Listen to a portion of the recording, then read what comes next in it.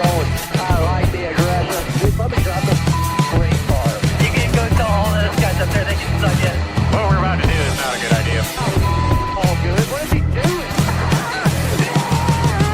You gotta be kidding me. Half the pack is flying apart. There's so nice to see you at the line. Oh, pack of cars come piling in as well. Come. Come in the white. Hello, come back, caught him. That was incredible. Dude, nobody better. Nobody. Hell yeah, guys. I immediately see in the chat that I have an ad, and then Spencer laughs in YouTube Premium. What's up, everybody? Welcome back to NWP.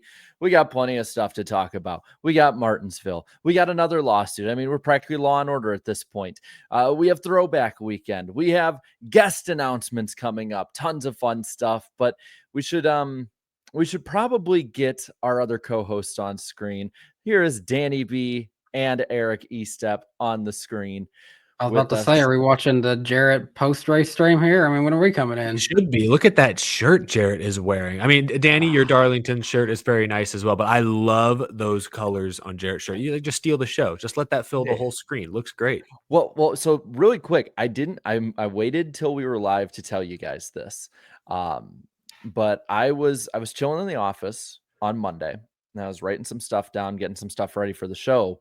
And I looked outside my window, and I see this dude running by in this shirt, and I'm like, damn, that's a familiar looking shirt. Like, what is that? And I kind of look closer as he's running by, and I'm like, holy crap, that's a podcast party bus shirt.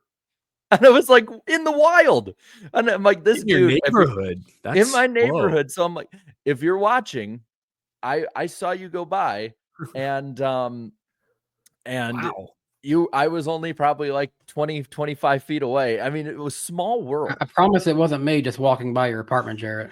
No, it was like this blonde dude. He had like blonde hair and was wearing that shirt, some all dressed in black with black shorts. And I'm just like, and a ski mask trying to break into your house. Yes. Yeah. Whoever you are, I salute you.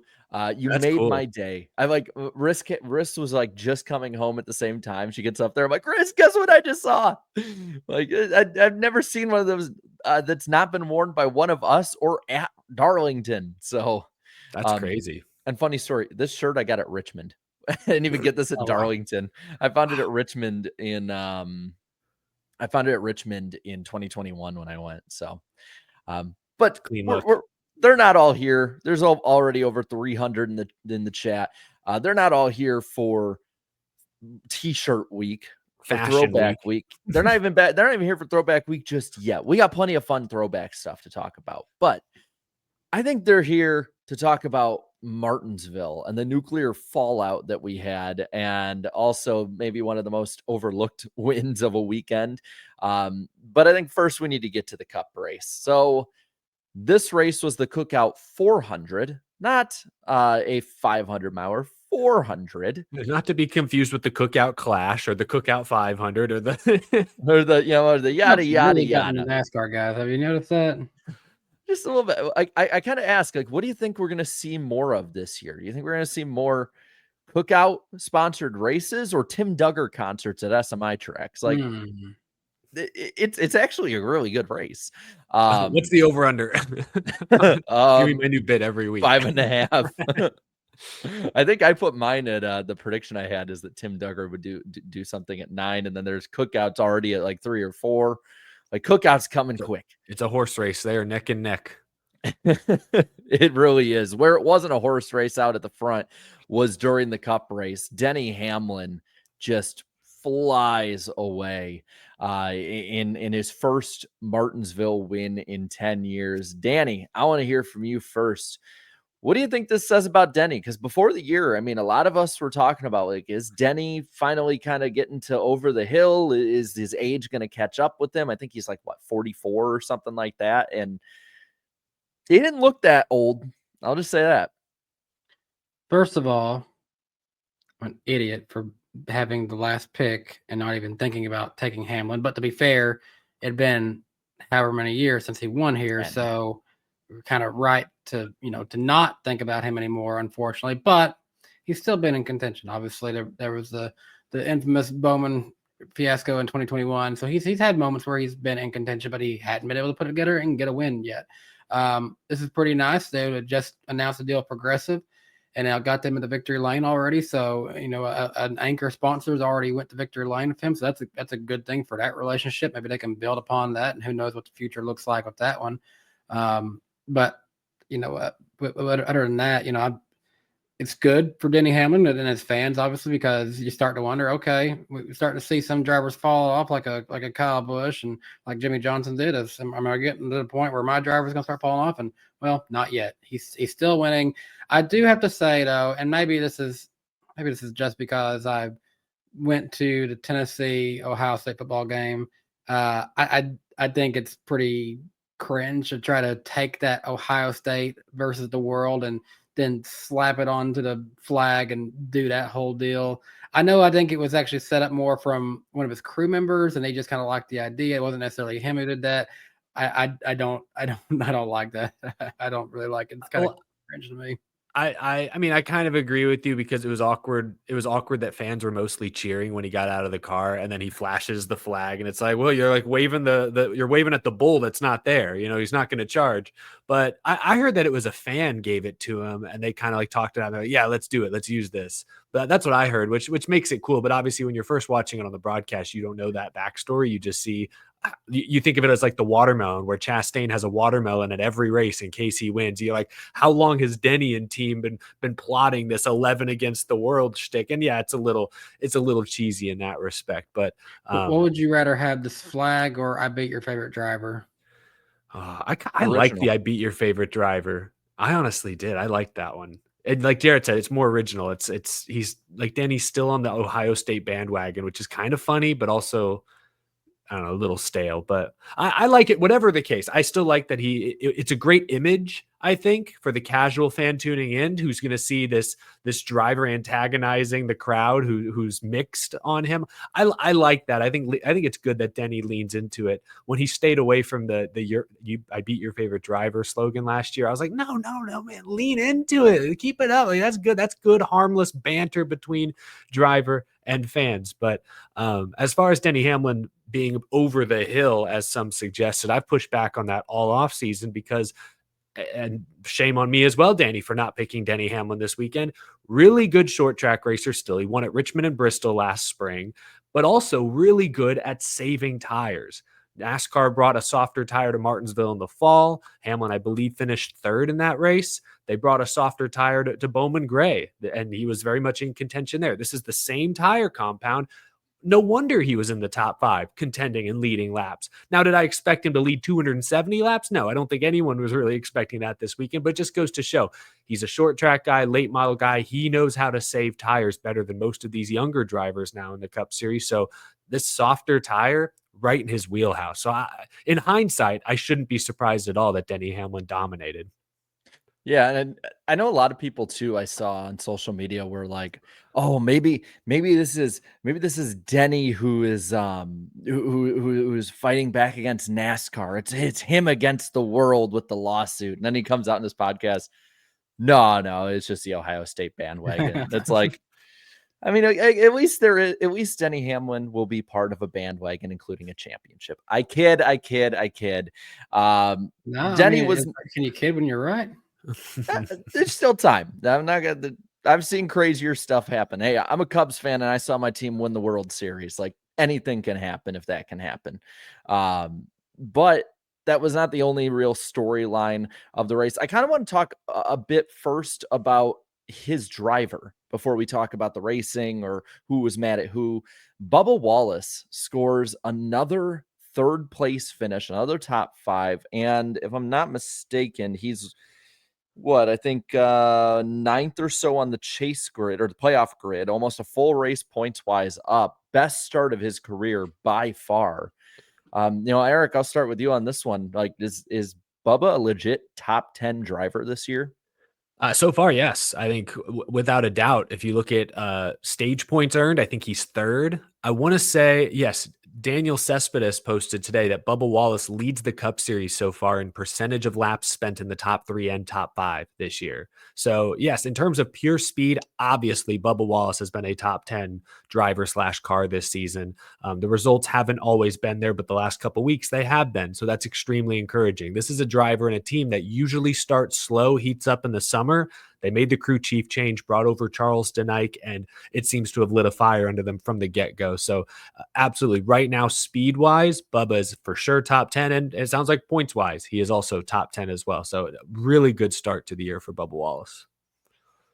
What do you think, Danny? You think Bubba might be that dark horse heading into the playoffs? He might be that guy that sneaks into the round of 8, maybe? I feel like he kind of always is that character to an extent, because I still feel like he's going to need to cement a win. I feel like he's not at the level that I feel confident enough to say, yes, his points performance in this entire season will get him in, because some guys step up more as we go for the season. They may not, but it's always a matter of, okay, can you get that win, or are you going to be always right there, that even if you don't luck up and get the win, you're still going to be in there. It's it's amazing what can happen with just we start getting into a situation.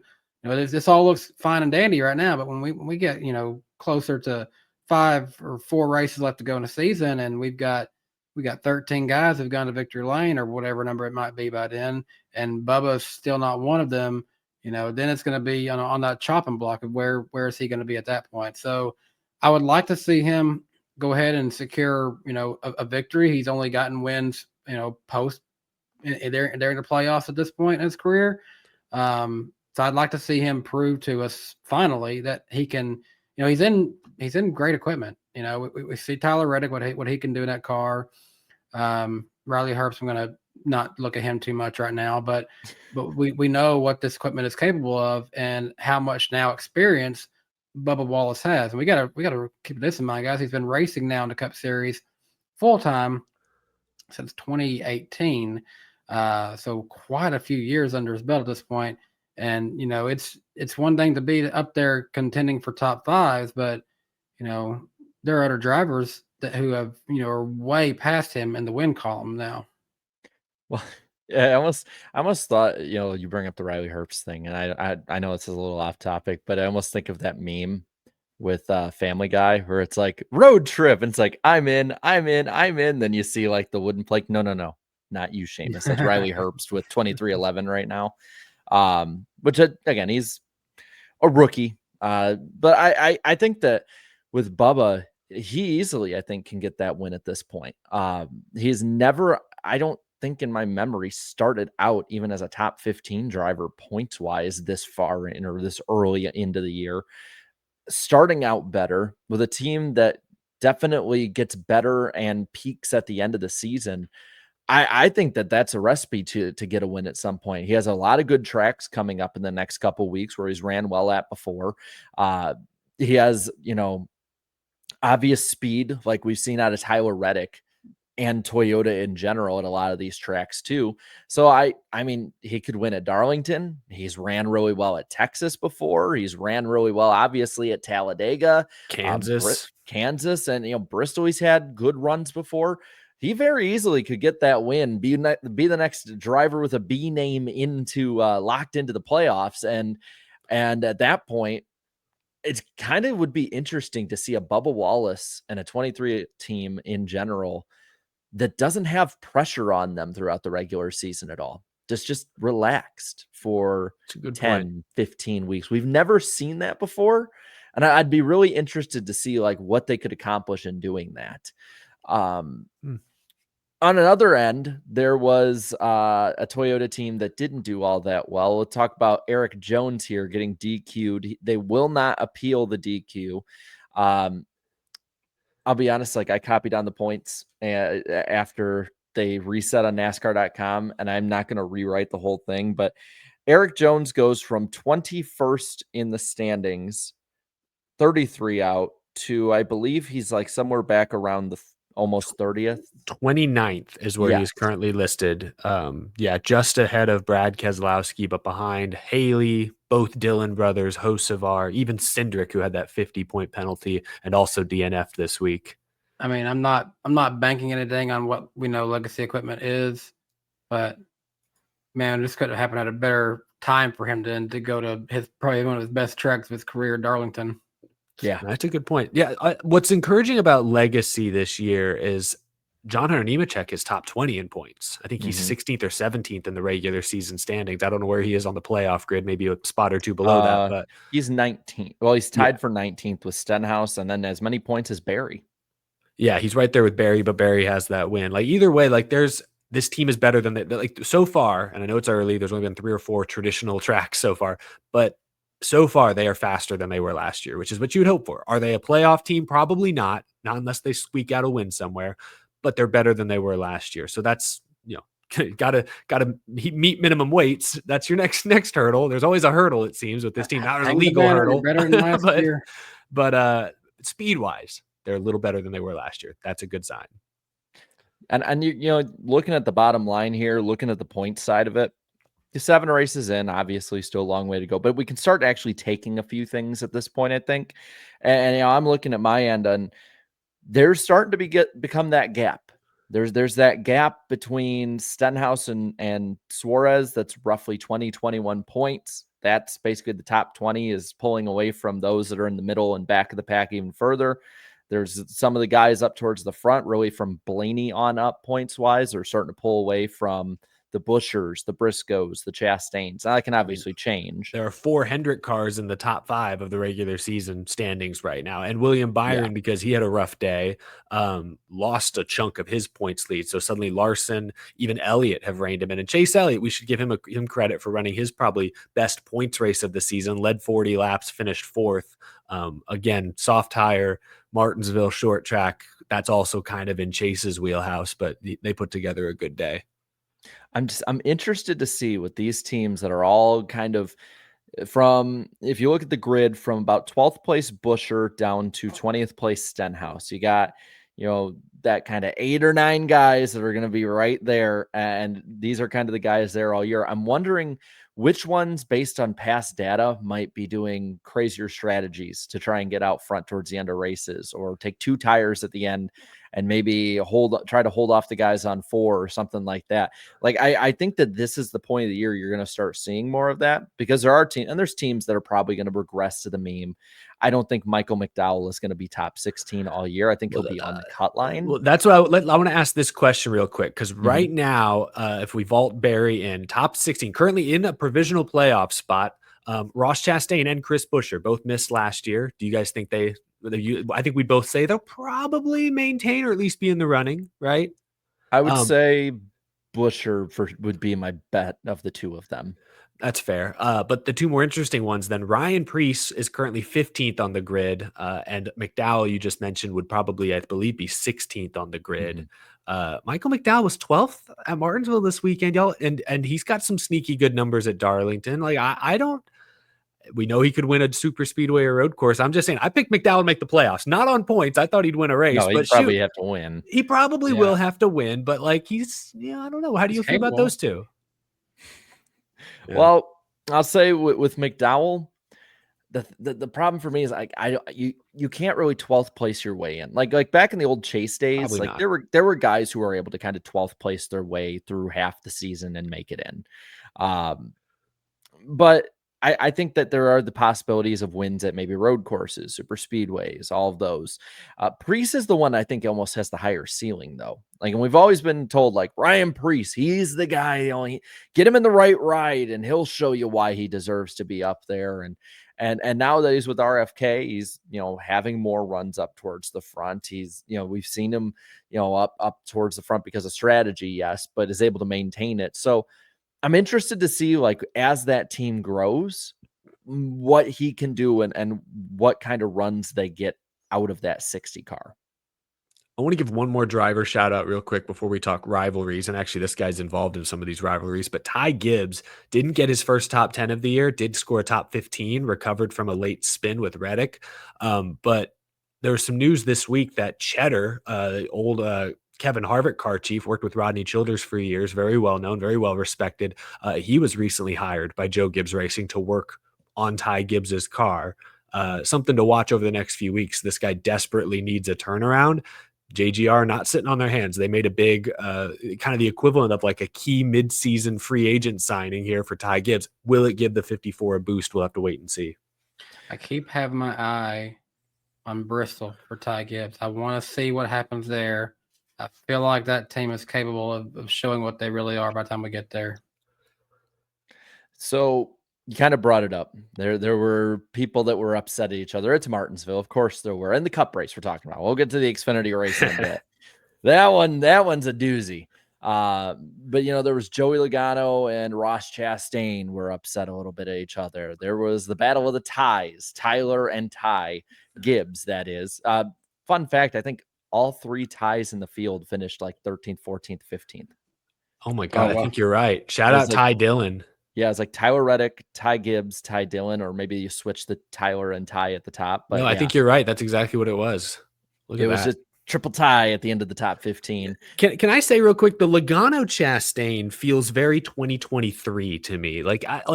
Yes, Ross blocked Briscoe and maybe impacted Briscoe's entry a bit, but Briscoe hit the inside curb and shot up and spun Logano. I don't know. I'm sure Ross maybe raced Joey aggressively other points in the race, and this all just boiled over. That might be true, but the actual wreck that spun Logano and almost cost him a top 10 finish, I'd put that 80% on Briscoe personally, but maybe I guess I've never driven a race car at Martinsville. Maybe we're completely off base here. I just thought it was interesting that he gets out of the car and immediately it's like,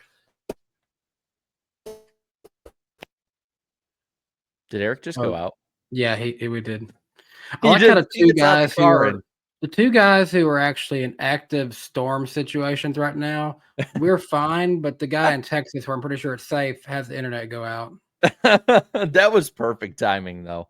But I do agree with Eric. By the way, on that same note, if I ever look like I'm looking off screen, I do have some weather, like live weather going on another screen, so I can kind of just keep an eye on it. We're fine for now, but we are keeping an eye on the weather here in Tennessee.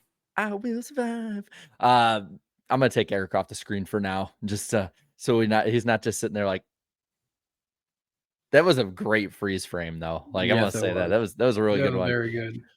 And as for another one, there was I believe Chris Buescher and Noah Gragson. They were upset at each other, and of course, you had another person that just used their car to jump up onto another car into the corner and all of that. I love it. Typical Martinsville stuff. Doesn't matter what you thought about the race itself. It's just typical Martinsville that you're always going to have somebody getting rubbed, getting hit, getting mad. What do you think, Danny? You think any of this is going to carry over to Bristol or even Darlington this week? I don't think so. I think a lot of these guys are getting to the point where they just recognize Martinsville just is what it is. It's not the same racing style track we used to see. So they know that if you want to make something happen, you do have to get a little more aggressive at this point. I'd say majority of these situations we saw this weekend probably resolved before we ever start the show now, honestly. Yeah, but still, it'd be all I want to see is Ross and Joey, especially since it really wasn't on Ross all that much. Ross and Joey go for the win, race each other hard at Darlington. Hey man, we were there. We were there the last time Ross got in trouble at Darlington. That was the last time that the real Ross Chastain was there. By the way, Eric messaged us and said that his PC is forcing him to restart again, just like last week. So unfortunate. We'll be without Eric for a few minutes. Eric, get a new PC. We need to keep a counter going and just that's 3, something like that. So Jarrett and I will probably just finish out the Cup race, and then hopefully he'll be back by the Xfinity race. Yeah, we can talk about the racing itself in this race. Now, I don't know about because we didn't really talk back and forth about what we think about this race. So I'll give mine first. I really wasn't crazy about this race, all things considered.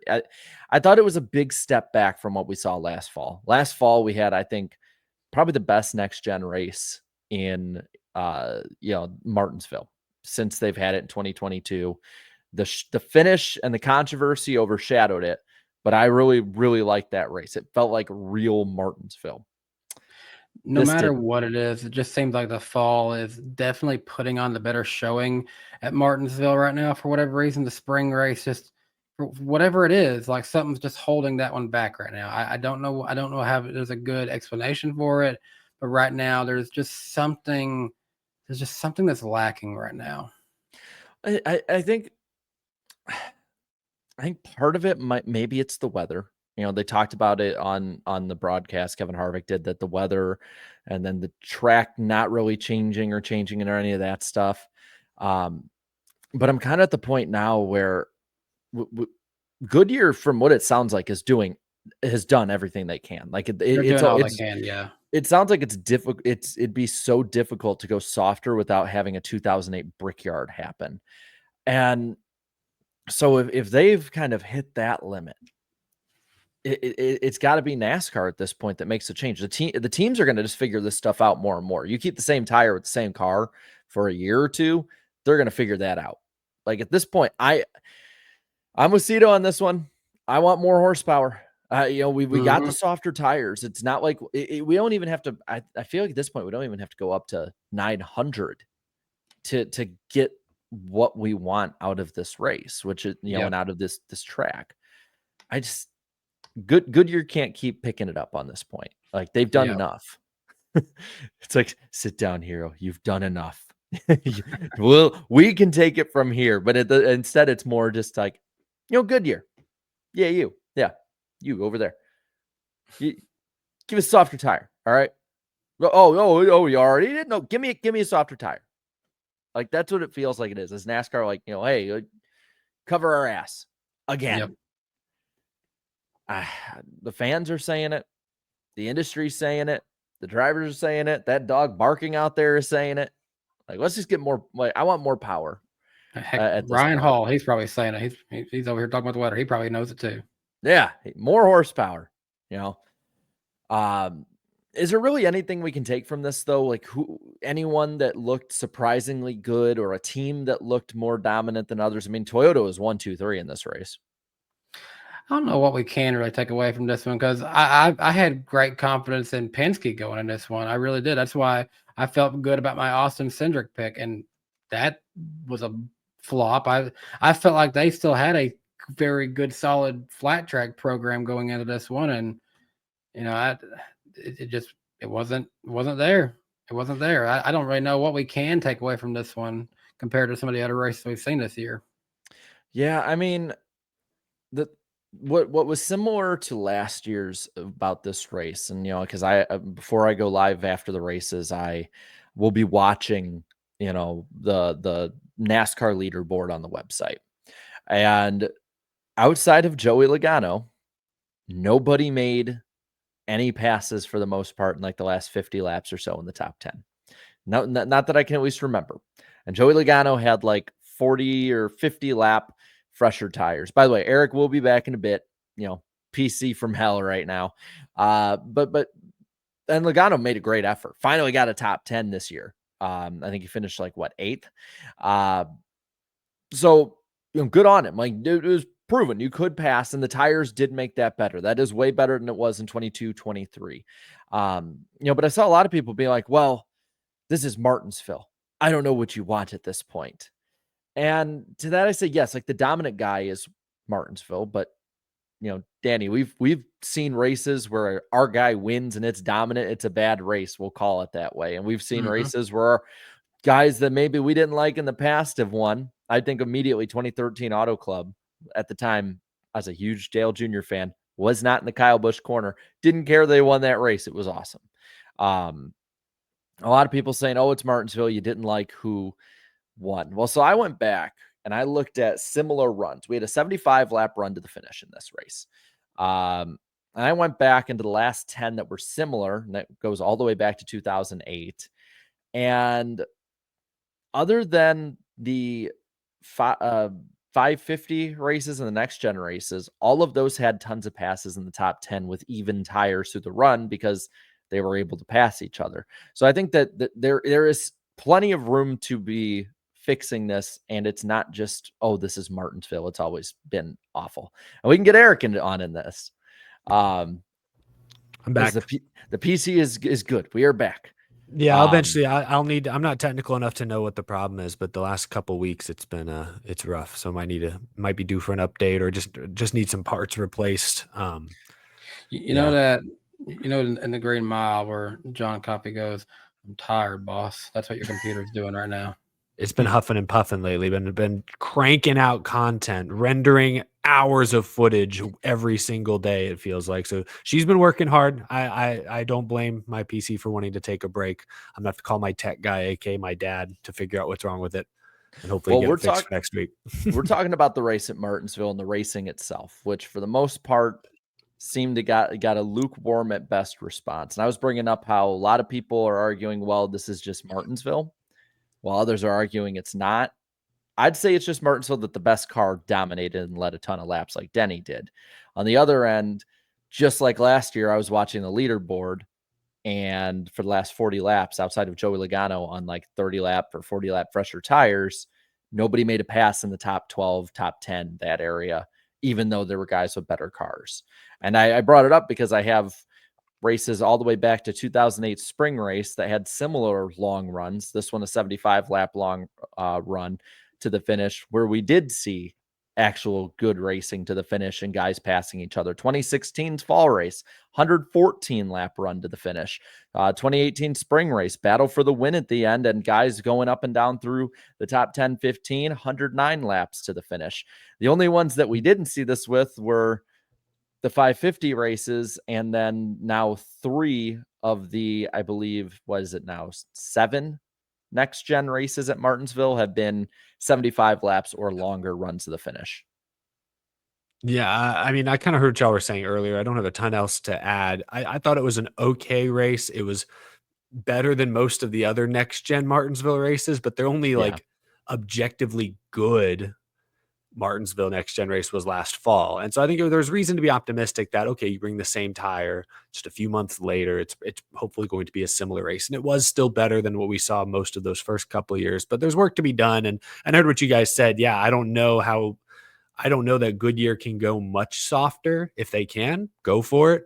I'm with you, Jared. I'm with you, but I'm with everyone that like it'd be great to see them inject more horsepower into these cars. I understand that they would need to stress test it. There'd be certain parts maybe. I know it's not as easy as literally just cranking it up. Like there's some other modifications they might need to make to the car, but I hope those are explored. Remember a year and a half ago, they brought a whole new like transaxle to Phoenix to test, and then they just never tested it. Like they never actually got it. Like they ran out of time and didn't actually test it. Like there's a lot of hardware out there that they've put R&D into. I'd love to see them actually finish some of that work and try some new things. Not aero. We've exhausted all aero options, and we're close to having exhausted our tire options. So it's shifting. It's the actual wheels themselves. Obviously, we've talked about this for years. They're too wide, too much.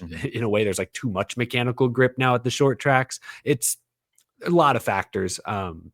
But I just hope they keep trying. I think they will. I have no reason to believe NASCAR is just going to sit here and like. I would be surprised if this time next year we see the exact same rules package tire combination at Martinsville. I would not be surprised. It might be small tweaks. Shit, maybe it's another aero change that does nothing. But I'll bet they'll try something else between now and next March or April. Yeah, I kind of brought up before you came back in. It's just, at some point, Goodyear is just not going to be able to do it anymore. And I think Denny kind of brought that up a bit. Dale Jr.'s brought that up where it's kind of getting to the point where there need to be other changes. It can't just be Goodyear footing the bill. So, it's better than the race that we were at in 2022. They'll give it that. That was rough. Probably didn't help that it was just a miserable night. Between the rain and the cold, like it's been better since. But kind of shifting to the next topic here, that didn't really affect how many people actually watched this race compared to others in the past. Looking at the ratings here, we were at 2.422 million viewers, which is up 11% from 2024, peaking at almost 2.9 million. So, just under 3 million at the finish for a Martinsville race on cable. the most watched cable telecast on Sunday, and the most watched Martinsville spring race since 2017. I mean, we're looking at like the era that still had Dale Jr. and Jimmy Johnson racing in was the last time we had a cable race at Martinsville this high up. So, yeah, it's impressive. I mean, it is. I know compared to last year, I think this race ran about a week earlier, so that's going to boost it a tiny bit. But I don't know if that's going to boost it 11%. Nah. So that's very encouraging for sure. And maybe, I mean, look who was up front all day. It was the Denny Hamlins, the Chase Elliott's, the Christopher Bells, Bubba Wallace's. Big name drivers that haven't won in a while in some cases. Seeing them up front, I think, maybe helped keep people hooked. Well, and the double-digit gains didn't just come for the Cup Series. It came at the Xfinity as well, getting just over 1 million viewers, up 19% year over year from last year's comparable Martinsville race. And the first time since to tune into. And the first time since 2017 that the first 7 races topped 1 million viewers. So the first time in 8 years that that's happened. Now you got to remember, 2017 doesn't seem like it was 8 years ago. That's pre-NWP. Yeah, gosh, that's true. Like, I will say this, about the CW change. I know it's getting a lot of flack right now because their app situation is not ideal, but granted, not all places are getting all the CW races, and I understand that. CW is a channel that is accessible by just having an antenna and not having to worry about paying for a cable package. My mom is someone who she only pays for internet, and she has an antenna, and she has texted me a few times that she's watching an Xfinity race because it is something good on her antenna she can pick up. So they are exposing themselves to a little bit more people that aren't necessarily wanting to pay for a big streaming or cable package. So I know there's still some things to be ironed out with CW, but there is an advantage of having them right now. Yeah, and people are bringing up the possibility of NHRA going over there. Sounds like CW is really interested there on that end. They're trying to get out of that Fox deal. That might actually be something that they could dedicate more live coverage to NHRA, because if they don't have really much, what are they going to do? Say, oh, we got to air reruns of Young Sheldon and King of the Hill on here instead. I mean, it'd be good on their part, NHRA wise, because the NASCAR and IndyCar stuff is going to overshadow it. But long term, if this is sustainable and they're able to iron out the app stuff, iron out a lot of that kind of deal, and have everyone on the same page, asking a lot, but 7 years worth is a lot of time to be able to fix that.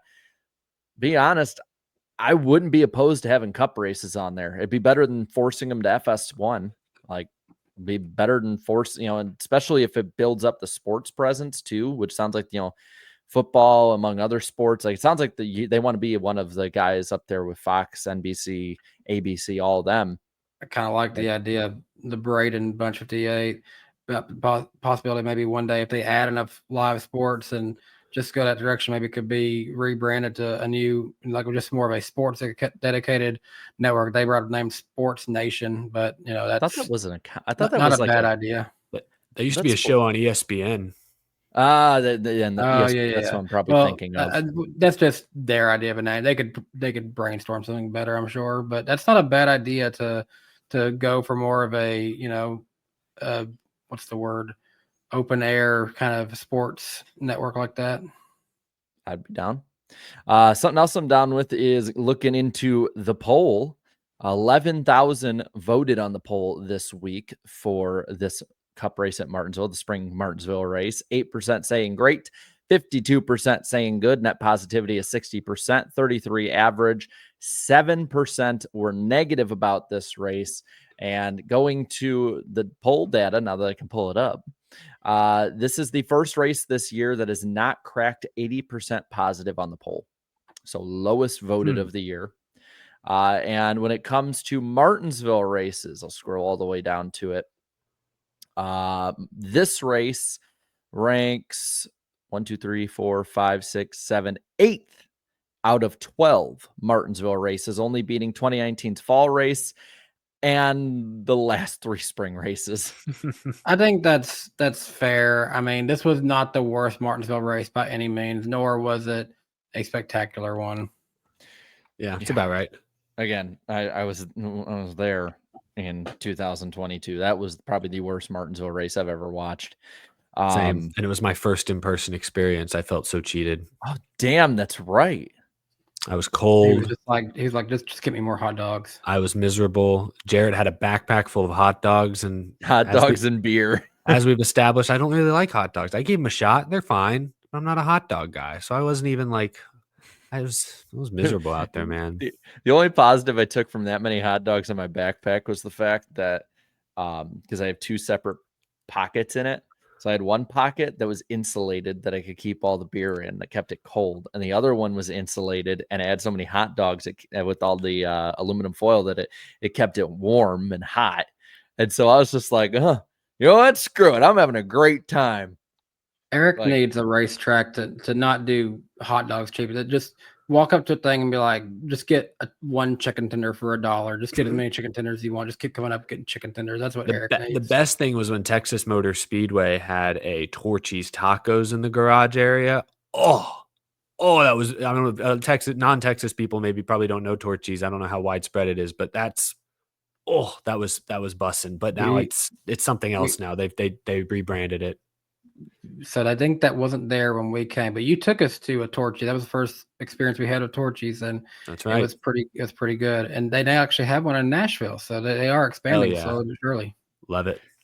Now, when it comes to how people talked about this race, first comment came from Tank Slapper. Is it positive, negative, or meme? Meme.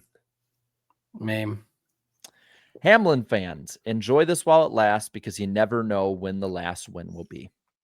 Oh, that wasn't really mean. That was actually kind of like bittersweet. Sentimental. Yeah, I saw somebody bring up, it's because he had tied Rusty Wallace for 11th all time, and Rusty's last win came in a blue car at Martinsville. And I was just like, but I think they said he was 47 or 48 years old. Denny's only 44. So, I mean, maybe we could adjust for inflation or deflation. I don't know. But adjust for a NASCAR lawsuit. Yeah. Those added years to his life, or took years off his life. So maybe he's like closer to it. Now looking at some of the comments here, Wizard King Nick said, Denny saved on his tires with Progressive. I knew there was going to be one of those. So Phineas Flynn says, I think that banner was Denny taking a veiled shot at NASCAR since this was his first win since the lawsuit. The world is the France family in NASCAR. I mean, at the time of a race just happening, I could get that, but we now know what the real meaning was behind that flag and stuff. I think you could look at it as it's everything. It's all of the above. It's a lot of fans don't like him. A lot of, obviously he's at odds with the sanctioning body. I think it's the world. The world is everyone. The world is this show. We are against them, guys. Yeah. The world is a vampire. Foolish Banana. You get demonetized for that. Maybe. I don't know. I'm not that good of a singer. I'm not a good singer at all. Foolish Banana, though, says, after the nonsense we saw on Friday and Saturday, I'll gladly take what I thought was a mid-cup race. Mid is better than clown very show. Fair. The big thing, and we might talk about this with Xfinity, was at least the integrity of the race itself never crumbled the way it seemed it did by the end of the Xfinity race. By the end of the Xfinity race, I didn't feel like anyone in the top 5 or who finished up there deserved to be up there. Austin Hill, I mean, he wins the race, but like, I didn't feel good that he won the race. He caused like 4 wrecks earlier in the day. So at least we didn't have to question the cup race in that respect. So, and honestly, it's kind of funny. I feel like of all the people all the cup drivers who were, talking about what went down in that cup race or anybody, Denny was definitely probably the most vocal I saw on Twitter of his reaction to it. So now it's kind of funny though, that then he was just like the next day, let me show these guys how it's done. Basically, that's a good point. Ricky 101 says, too bad with Josh Berry. He was looking good before the battery problem. Yeah, he was fine. Again, once you lost track position, it was so tough to make it back up there unless you had some alternate strategy and new tires. A lot of guys were looking good early on that didn't have the finish that they probably deserved. I think Bowman was up there for a little bit, and then he had his issues and didn't work it out. The thing with Bowman to me was the call to call to stay out multiple times when it was proven that tires were so important, like that just was kind of just baffling to me. Yeah, I think it's getting to the point where his crew is not getting him where he needs to be. It feels like. Joey Legoat says, "Holy crap! What a drive for Logano on the last run. P25 to P8 at the finish. Another week that Logano could have won, taken away by late race shenanigans. Glad Joey got back by the 19 at the end." So for any of you that say, "I just hate Joey Logano," he just hates Joey Logano. They all hate Joey Logano. They're just no. He's a damn good driver, and he deserves his props on this one.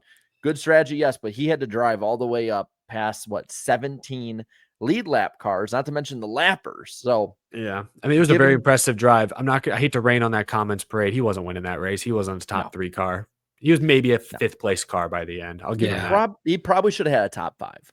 Yeah, I think if he doesn't get spun, he would have contended for like 5th or 6th, which would be a really good time. He still ended up 8th. Still a good day. And at that point, I think he needed it. Yeah. Thomas, let's see.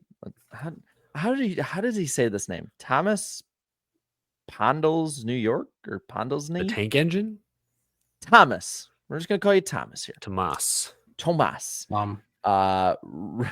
Race only ended a few hours ago, and I already forgot it happened. At least Blaney finally finished a race.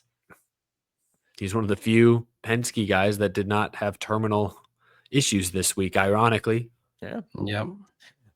Sphered Hawk says, that's all I have. So sounded like a hawk. Yeah. You know the sound that's always used in stock footage and they always use for eagles, that like really loud screech? That's actually like a red-tailed hawk. Oh, that's very disappointing. Yeah, eagle has me questioning what a kilometer is. Yeah, eagle sounds just a little bit different. Wow. Let's get to the gutter. That's never different. That's always interesting. 48 Nation says Xfinity race was dog bleep. Cup race was dog bleep. At least, or glad we go to Darlington. A lot of people did not like. I don't see anything wrong with that. I mean, that's nothing, not a false statement. Cito was downvoted this week. Oh, Cito, what'd you do? Oh, no, what'd he do? All that for another Hacklin win. Oh. Well, that's probably the Denny fans coming after him. Hey, he's part of the world that the 11 is apparently against. Well, I'm going to say this. I don't think that Denny is a villain anymore. He's an anti-hero. People hate agreeing with him, but his podcast has opened up his personality so much more to people that it's like, I don't like when he wins, but I kind of like the guy. In superhero comparisons, he's like a Magneto, a very justified villain in what he does. He causes mischief, wherever he goes. He's embraces the drama no matter what side of it he's on. We got one saying Magneto, the other is alluding to Loki here.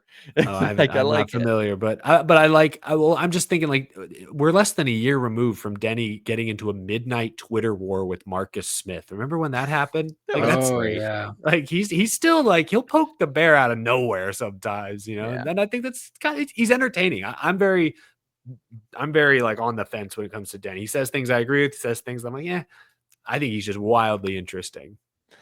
And then the lowest voted one was from, I think it's SU6060, who just said, I hate when Hamlin.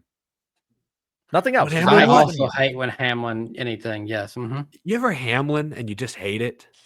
Oh man, there's sometimes you just can't help it. You Hamlin. It's like, remember the first time you just Hamlin? How could I forget? Oh man. So that was the poll. That was the cup side of things. Guys, we spent way too long on cup considering what we're about to do for Xfinity. Okay. Let's just get this out of the way right now. Austin Hill won the race. He did on paper. Yes. He won he was kind of a bully. He was not the big bully. He was like he was the Robin to Sammy Smith's Batman. And also I believe Brendan Poole got a top 5. He did. And that was huge. That was very exciting. Now that we got the finishing out of the way, let's talk about the finish of the race. Because my God, that was just the culmination of like the rest of the race you could at least make an excuse for if it ended normal. Like, oh, okay, it's just like an extra sloppy Martinsville race, a bunch of one car spins and guys running each other over. Like, it's extra sloppy, but if the finish was okay, people would be like, yeah, but it wasn't that awful. Yeah. And then the finish just came in Negan style with a freaking baseball bat and bashed it upside the head. I don't know what I've seen and read and heard Sammy Smith's interviews. I don't know what he was thinking. Does he hate Taylor Gray that much? Was he that mad he got flipped off under caution? Or is he that desperate for a win because he knows he's probably not winning many races this year? He's not that good, guys. I think a lot of this desperation. It's just like, Taylor Gray is controlling this race fair and square, restart after restart after restart after restart. And then Sammy decides, all right, I'm going to move you. Okay. That's a little ballsy, but I get it. It's Martins. Okay, you move him. You can't be mad when he moves you back. And Taylor Gray, when he moved Sammy Smith, did it about as cleanly. He just nudged him up so that they could race door to door, and then he finished him off cleanly.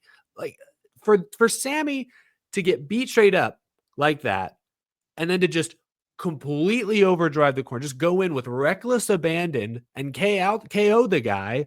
I said this earlier, never driven a race car. I can't fathom thinking like that while behind the wheel of a 3,000-pound stock car going over 100 miles per hour. I just can't even imagine road raging that hard in the moment, knowing that everyone's watching this. I can't.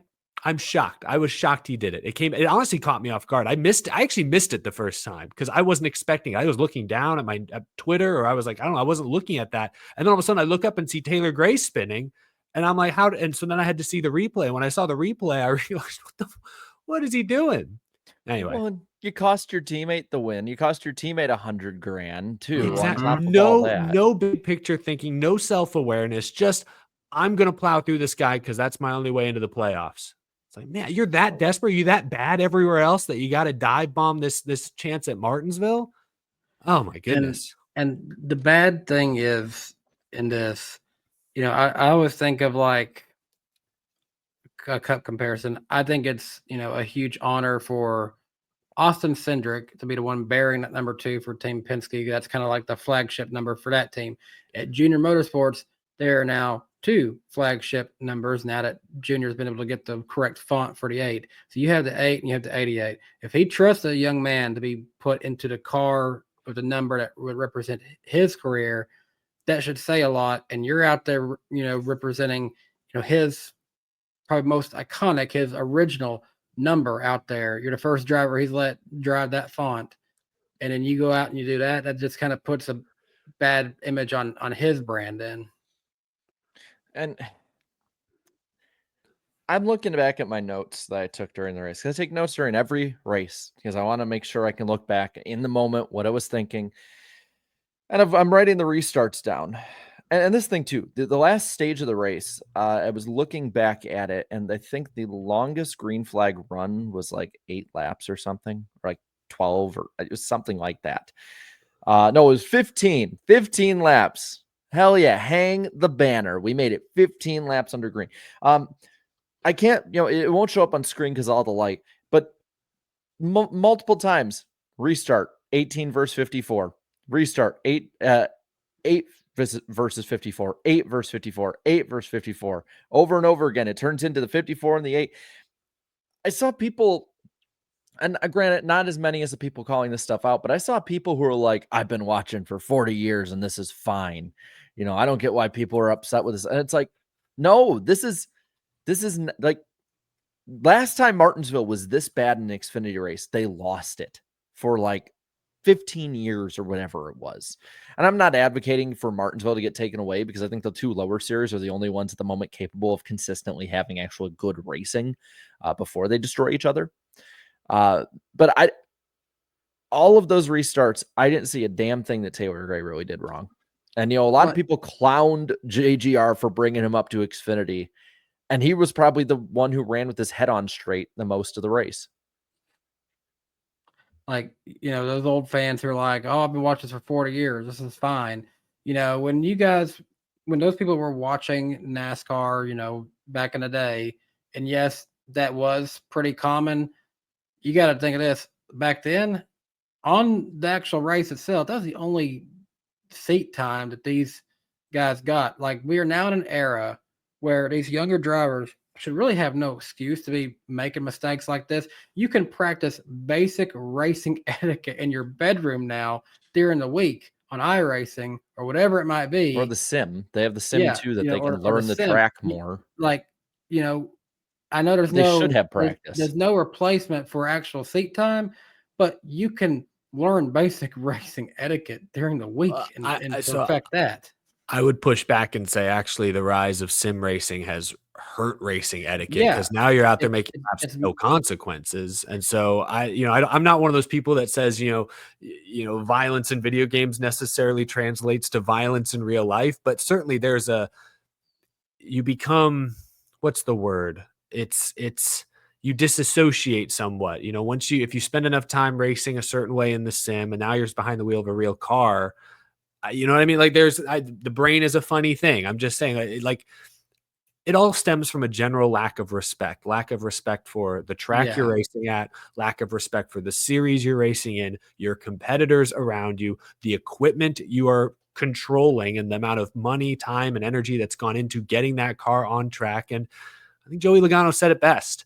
A lot of these guys in Xfinity and the best cars are paying big money to be there. Mm-hmm. Like they have the utmost job security because they have a big check it's a never-ending spigot of money that these teams desperately need, which is why Dale Earnhardt Jr. would never move Sammy Smith from that seat, would never personally suspend him. It would make it just. He wouldn't publicly criticize him, I wouldn't think. I didn't watch Dale Jr. download yet because I've been busy all week, but I'm assuming he didn't go hard at him the way he's went at like Ty Gibbs in the past. I haven't heard either, but I don't, so I can't speak to that. But I'm just saying, that's the problem ultimately. Is you look at the drivers who I thought were the biggest offenders Saturday night.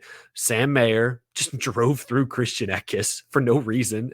Like he had nobody behind him. He could have lifted and let the guy catch his car. Instead, he just wrecked him. Sam Mayer, he's got funding. That's why he keeps going from great team to great team to great team. Who is the other? Austin Hill, United Rentals, Bennett. He's got huge funding. That's why he's able to do some cup races on the side. I mean, he at one point just drove through the inside lane and wrecked the car 4 guys up, wrecked his teammate as a result. And then, of course, Sammy Smith, the pilot flying J Money. I don't know the exact connection there, but between Gibbs, JRM, clearly there's a connection there. He's got cash behind him. That's just the name of the game in these top Xfinity Series seats. And when you have drivers like that, they're not going to respect their equipment because they've never really had to before.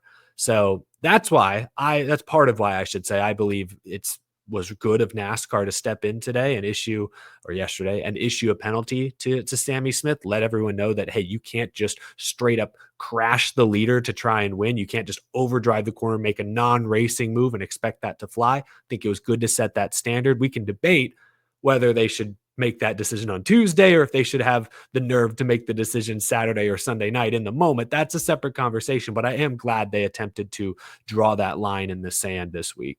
Well, it sounds like Dale Jr. at least called him out. Sounds like he called others out and sort of what about this too and all that, whatever. Good. He should. I think honestly, and I don't think that this is just an us problem. I don't think it's a Dale Jr. problem or anyone in particular. I think it's a NASCAR media issue. We need to call people out more, not just say, okay, that wasn't the right move. Like, no, if someone's somebody's being an idiot and acting like an idiot, like there's a difference between acting like an idiot and being an idiot. They're acting like an idiot out there. Like in your own professional ways, we need to say that more. And I think we've done a pretty good job. I know Saturday night I went off did not rant in the sense of like where I would have 5 years ago, but I think it's easier for us because sorry, I didn't mean to cut you off, but it's easier for us because we're independent. We work for ourselves. We don't, contrary to what some in our comment section may believe, none of us are paid by NASCAR or any of the teams in any way, shape, or form. But that's why it was kind of refreshing to hear Mike Joy, Harvick, and Boyer actually call some of that out on the Fox broadcast Sunday. Kligerman and McMurray, they tiptoed around it a bit. They admitted that, hey, they didn't like some of what they saw, but they were very careful about their word choice. I get it, but that's what you're getting at, Jared, is it's those mainstream media personalities, commentators, etc. I think are often afraid to say anything too critical. It used to be one of my biggest pet peeves. Oh, so-and-so just got loose. Do you ever think that so-and-so got loose because they made a mistake? Like, you know what I mean? Sometimes the car just sucks. Sometimes you overdrive it and get loose. Eric Almirola didn't get loose at Phoenix. He overdrove the corner and stuffed Alex Bowman in the wall. He admitted it afterwards. He didn't get loose. He did it on purpose. You know what I mean? Like there's NASCAR TV likes to play with their words like that. And it's frustrating because like you said, Jared, I wish they just tell it. Yeah. Tell it like it is. No, 100%. No, I think you're right. Could you ever see Charles Barkley or Shaquille O'Neal see somebody do something stupid as hell out there and just be like, well, sometimes you just got to do what you got to do. No, you wouldn't see that. You wouldn't see that. You'd be like, no, they get in trouble sometimes for being, they get in trouble sometimes for being too negative and calling people out too much. Yeah. So it's like, and I love what Mike Joyce said. I put that on the screen of the dumpster fire comment because it's true. It is true. And I'm like, I'm going to use that as an insult at some point, like in my everyday life. We used to have a mainstream commentary that would do this. We had guys like Jimmy Spencer who would call out the idiocracy that was happening because he had been in that seat before. He had been right there. He wasn't afraid to call out, these guys when he raced, and he definitely wasn't afraid once he had a microphone in front of his face either. And it wasn't just him. He's just probably the best example of that time period. But Jeff Hammond used to call people out a lot. Larry Mack did. We do this like every other week. We go down the glory days of the Speed Network, but everything on Speed Channel, usually when they had like a talk show kind of thing going on, where it was Trackside Live, race day built by Home Depot, they would have times when they just told it how it was and called out, what was that going on. Do y'all think that public shaming is the number one way to get guys kind of, back in line? Or do you think the penalty NASCAR handed out is a better course? So NASCAR getting involved definitely will get the owner's attention more, I'd say. So I think we should pivot to the solution part of it, because I think we all agree we don't like what we saw. Went too far. Yes. Not good. The public shaming part, I think, isn't for the drivers now. I think it's for the drivers coming up. Like, I'm sorry, if I'm 17, 18 years old and I've looked up to Mike Joy my whole life, and then like I hear that and it's like, oh, if he talks about me that way, like I'm gonna feel horrible. Like I would like, I was just thinking like this: if I were a driver and I'm like 16 and I do something like that at the local short track, which is something that's more common. A lot of short track drivers have talked about younger drivers acting like that more and more because they see it on TV every Sunday, or not maybe every Sunday, but Saturdays and Fridays, and sometimes on Sundays, like in Austin Dillon's case last year. I think the public shaming part and making it a point that like you're not going to be this hero and people aren't going to like that, I think that is definitely something for people long term. The penalty, I think it'll be something for now, but didn't do anything, and Austin Dillon did it. We saw it happen again in the Xfinity series. I think that it's a tougher, longer term issue to fix. I know like Parker Kligerman and Landon Castle talked about it on their podcast a bit, and I don't think it's, the more I think and look into it, the more I don't think it's a one fix all kind of thing anymore. I think it's ingrained. I think it's the car. I think it's the format. I think it's the drivers. I think it's the system that is set up with the business model that, like, if Dale Jr. sits Sammy Smith for a week and Pilot gets mad and says, I'm going to take my Nepo baby money somewhere else, Dale Jr. and that 8 team is out of funding. They shut down. Yes. Most likely, at least temporarily. Yeah. No, I'm with you. It's a number of factors. I like you're saying, I agree. The format contributes to this. The car, especially the bumpers on the Xfinity and Cup cars being indestructible, contributes to this. Like, there are a number of factors that contribute to this, but I do think you brought up the Austin Dillon thing. The only thing I'll say there is NASCAR, it was ambiguous after the Dillon deal. Was he penalized because of the hook or the Logano contact? It was unclear. So that's why I don't fully blame Sammy for pushing the issue if he was truly that desperate to make the playoffs. I just hate desperate moves like that. But that's why I think the penalty was necessary. That's why I think NASCAR does have to step in, as much as they don't want to, is they created a format and they created a car that incentivizes these kinds of desperate moves. And they haven't been clear in the past of where the line is. Today or this week was them trying to establish where the line is. And ultimately, I think, as much as I hate gray area calls coming from faceless race control, sometimes you got to make them to restore order, to somewhat curb the culture your decisions have fostered over the past few years. I'm with you, Jared. It won't be it's not going to change it overnight, but I think what they called against Sammy, and if they continue to call penalties for overzealous moves going forward, I think that will pretty quickly get things back where they need to be. The most bizarre thing really about all this, I'm looking at another screen here at the career Sammy Smith.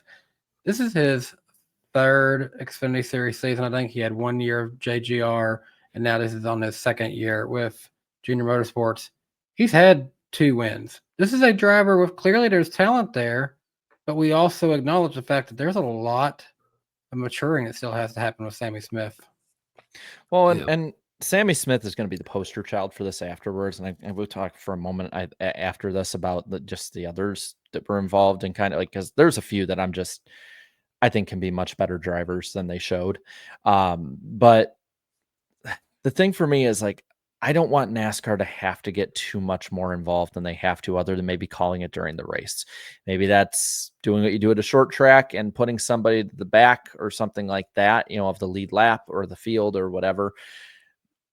That can be more of an argument. I just, like, a lot of people are talking about like what was, I don't remember the exact terminology they were using, but basically like aggressive driving, rule. I think it's called like a rough driving penalty is, I think, what they've phrased in the past. But there was, what was the Denny Hamlin brought up, like an even more extreme way of like going about it, where it was like, the chat will probably, I don't remember what. Yeah, I don't remember what he's. I don't think that we need to have it like hyper managed excessive driving, or like aggressive driving penalties, avoidable contact. Thank you, Hamlin Fanatic. Avoidable contact. Yep, that's right. Because at that point, if we're making every single one subjective, gray area, all of that, like that you're starting to take stuff away from NASCAR at that point. Like, I think that the drivers should handle it amongst themselves a lot of the times, like whether that's during the race or especially in the garage after.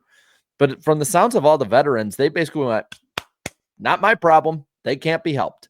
And I think that mentality with the older drivers too. Kyle Busch was kind of like that. Justin Allgaier was kind of like that. Like, no, this is as an older driver in the garage, I think it is your responsibility to whip people in line. And if you're not assertive enough to do that, you need to work on that. Like, or suffer the consequences. Like that's when Kyle Busch made those kind of flippant comments. I felt, I was just surprised because, like, last year he got in Christopher Bell's face. You've been racing me like an asshole. Like, I'm going to call you out for it. And then the very next year at Coda, Bell raced him a lot cleaner, and it like worked to Busch's favor, I felt. So like, you got to be willing to confront these guys. I'll give Jeb Burton some credit. I know he got fined $5,000 for storming into the infield care center and apparently wreaking havoc, but at least he tried to send a message. He's a veteran. He's 32, 33 years old. I think he counts as a veteran at this point.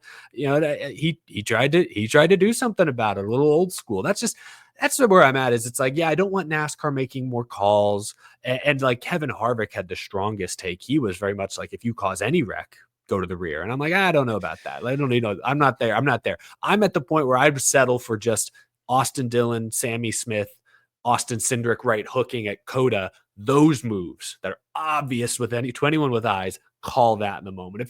If like when Austin Hill kind of overdrove and shunted the whole inside lane. If you're not 100% ready to make that call, okay, we don't have to make that call. I'm fine with that. But the obvious stuff, the Sammy Smiths, the Austin Dillons, the Austin Cindric at Coda, the obvious stuff needs to get called within minutes of the actual incident. I think that will send a pretty clear message, and I don't think that's NASCAR overstepping, because we don't even know what we're allowed to self-police anymore. Denny Hamlin self-policed Ross Chastain, mentioned it on his podcast, and got a 50-point or 25-point penalty. Like, I'm scared to self-police. You can confront someone, but if you throw a punch, you get fined $75,000 like Ricky Stenhouse did. If you do it in the wrong place, if you do it in the infield care center, you get fined like Taylor Gray and Jeb Burton. So there's so many rules already around how you self-police. I say NASCAR just needs to have the nerve to make a few more calls from the tower, and I think that'll settle some of this. Well, and it wasn't just like it was just Xfinity too, and it wasn't just Sammy Smith. Like to me, Sam Mayer to me, he's been in Xfinity like 5 years now. It's been a Like, little while. I love Sam. He's a friend of the show. He was on here before he was even in NASCAR in the top 3 series. He's got to get together. He's a better driver than that. Sammy Smith has shown, like you said, Danny, he's a better driver than what he showed out there. Austin Hill, I know people hate him, way better driver than that.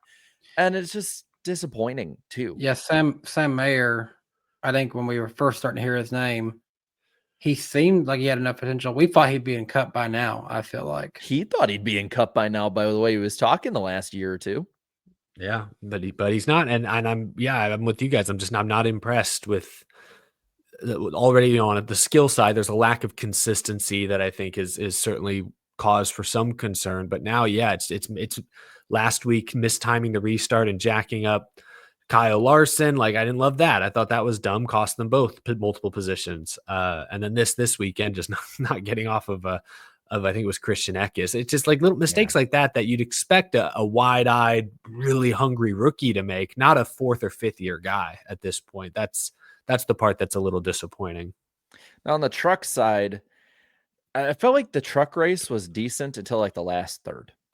And then just a lot of pushing. Some of them, like, I think, like, I can actually believe that Majeski like overcooked it into the corner and caused that incident when they got all together, and the others kind of like, I think it was when Heim had the flat. Like, that's not anyone's fault. He had a flat tire because of contact. Yeah, it was, Honeycutt raced him close. Great. Like, you can be a little annoyed with Honeycutt and maybe bump him a little next time. But yeah, it wasn't, I don't think it was intentional or malicious. It was just a bad break again for Heim. That's like 2 weeks in a row, man, where he should, not to play this game again, but he should have 4 wins this year. And instead he's got 2, I think. Like, he's dominated basically every race. Take every race but Atlanta away. Okay, fair enough. Or maybe that one. It balances out, maybe, but I'm just saying he's dominated like 3 or 4 races, already this year in trucks. But like, I honestly didn't think it was that much of a gong show, like a lot of other people were saying. Like, and I don't think it compared in any way to the Xfinity race, and maybe that's just because we didn't have complete stupidity in every single way.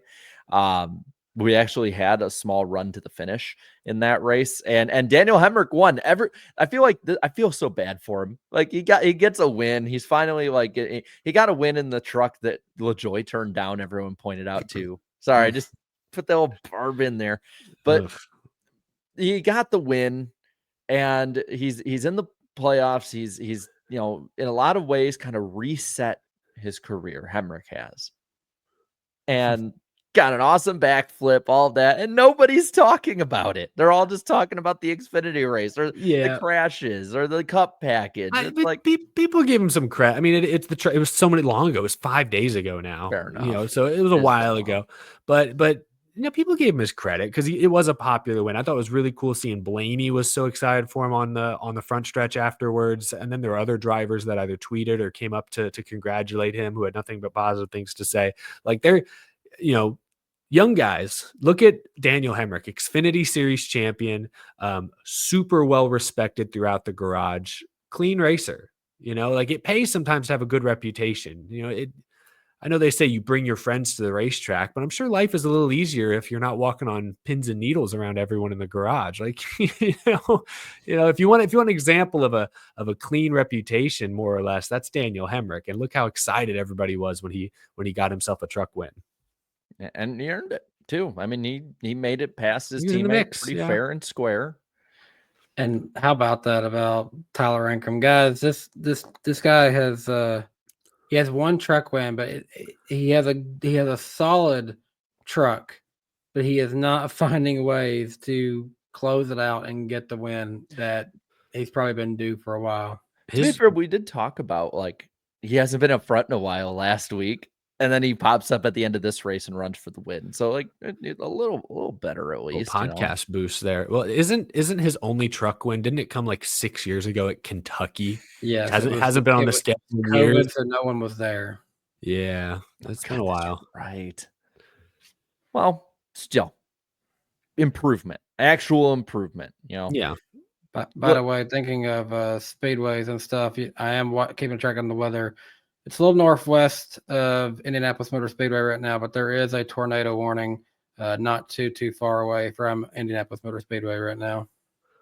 When it was just last week that one just went just south of Chicagoland too, and all the stuff around there. So wishing the best for everybody out there. Let's get on in though, since I think we're good with I think we're good on Martinsville. We're good. Yeah. Thumbs up. Yep. Be all good. Yeah. I'm satisfied of Martinsville talk. All right. Well, let's get into the first super chat stage break. I appreciate everybody for waiting here. There were a couple that were sent in beforehand from Napa Racing. First one for the 5 here says this Sunday on Fox, instead of NASCAR, live golf at Miami and college basketball crown final or second or third tier tournament to the big one. And then says for the 2 Team Penske batteries not included. SW here says let the battle of mid, legacy, and rare, I think you meant Rick Ware, begin. So we'll talk about that. I like my steaks cooked Rick Rare. Rick Rare. Alex here for the 5. Honestly, I missed the last laps of the race because I was at a Gabriel Iglesias show. Probably enjoyed it. That's a good excuse. That's very random, but sweet.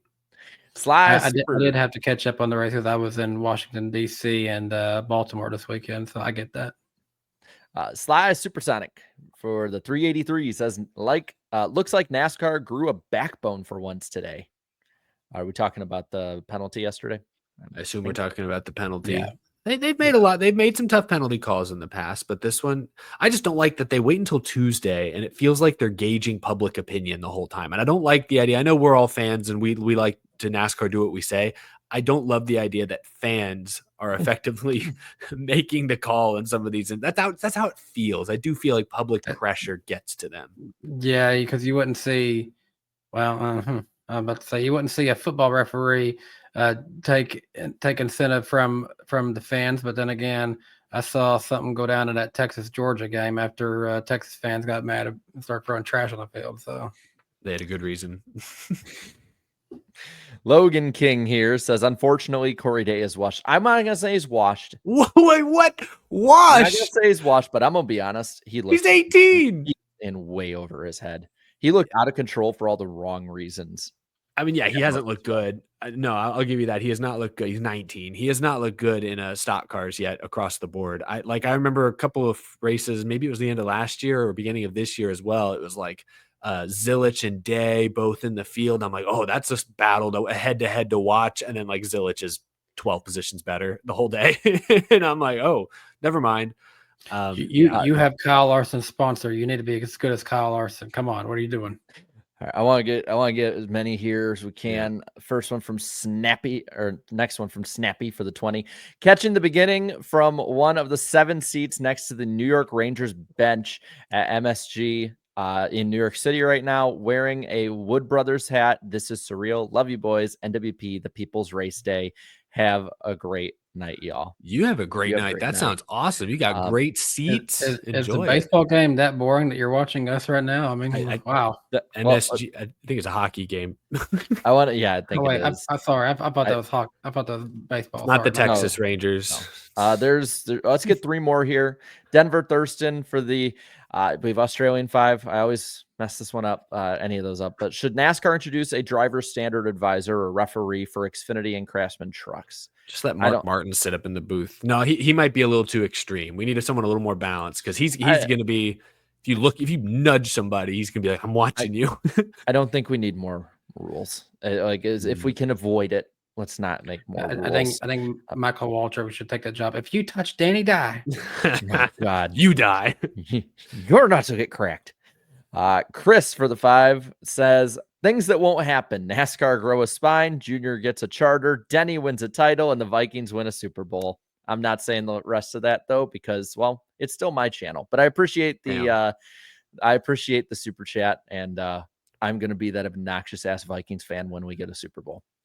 Last one here for this super chat stage break from Andrew Winslow for the 5. Sammy Smith and Sam Mayer are the lol cows of the week. As punishment, they must wear a get along shirt at all weekend at Darlington. Why can't we? He changes profile picture, didn't he? Well, when half of that show Yeah, is accused of that being makes pedos. sense. That makes sense. Yeah.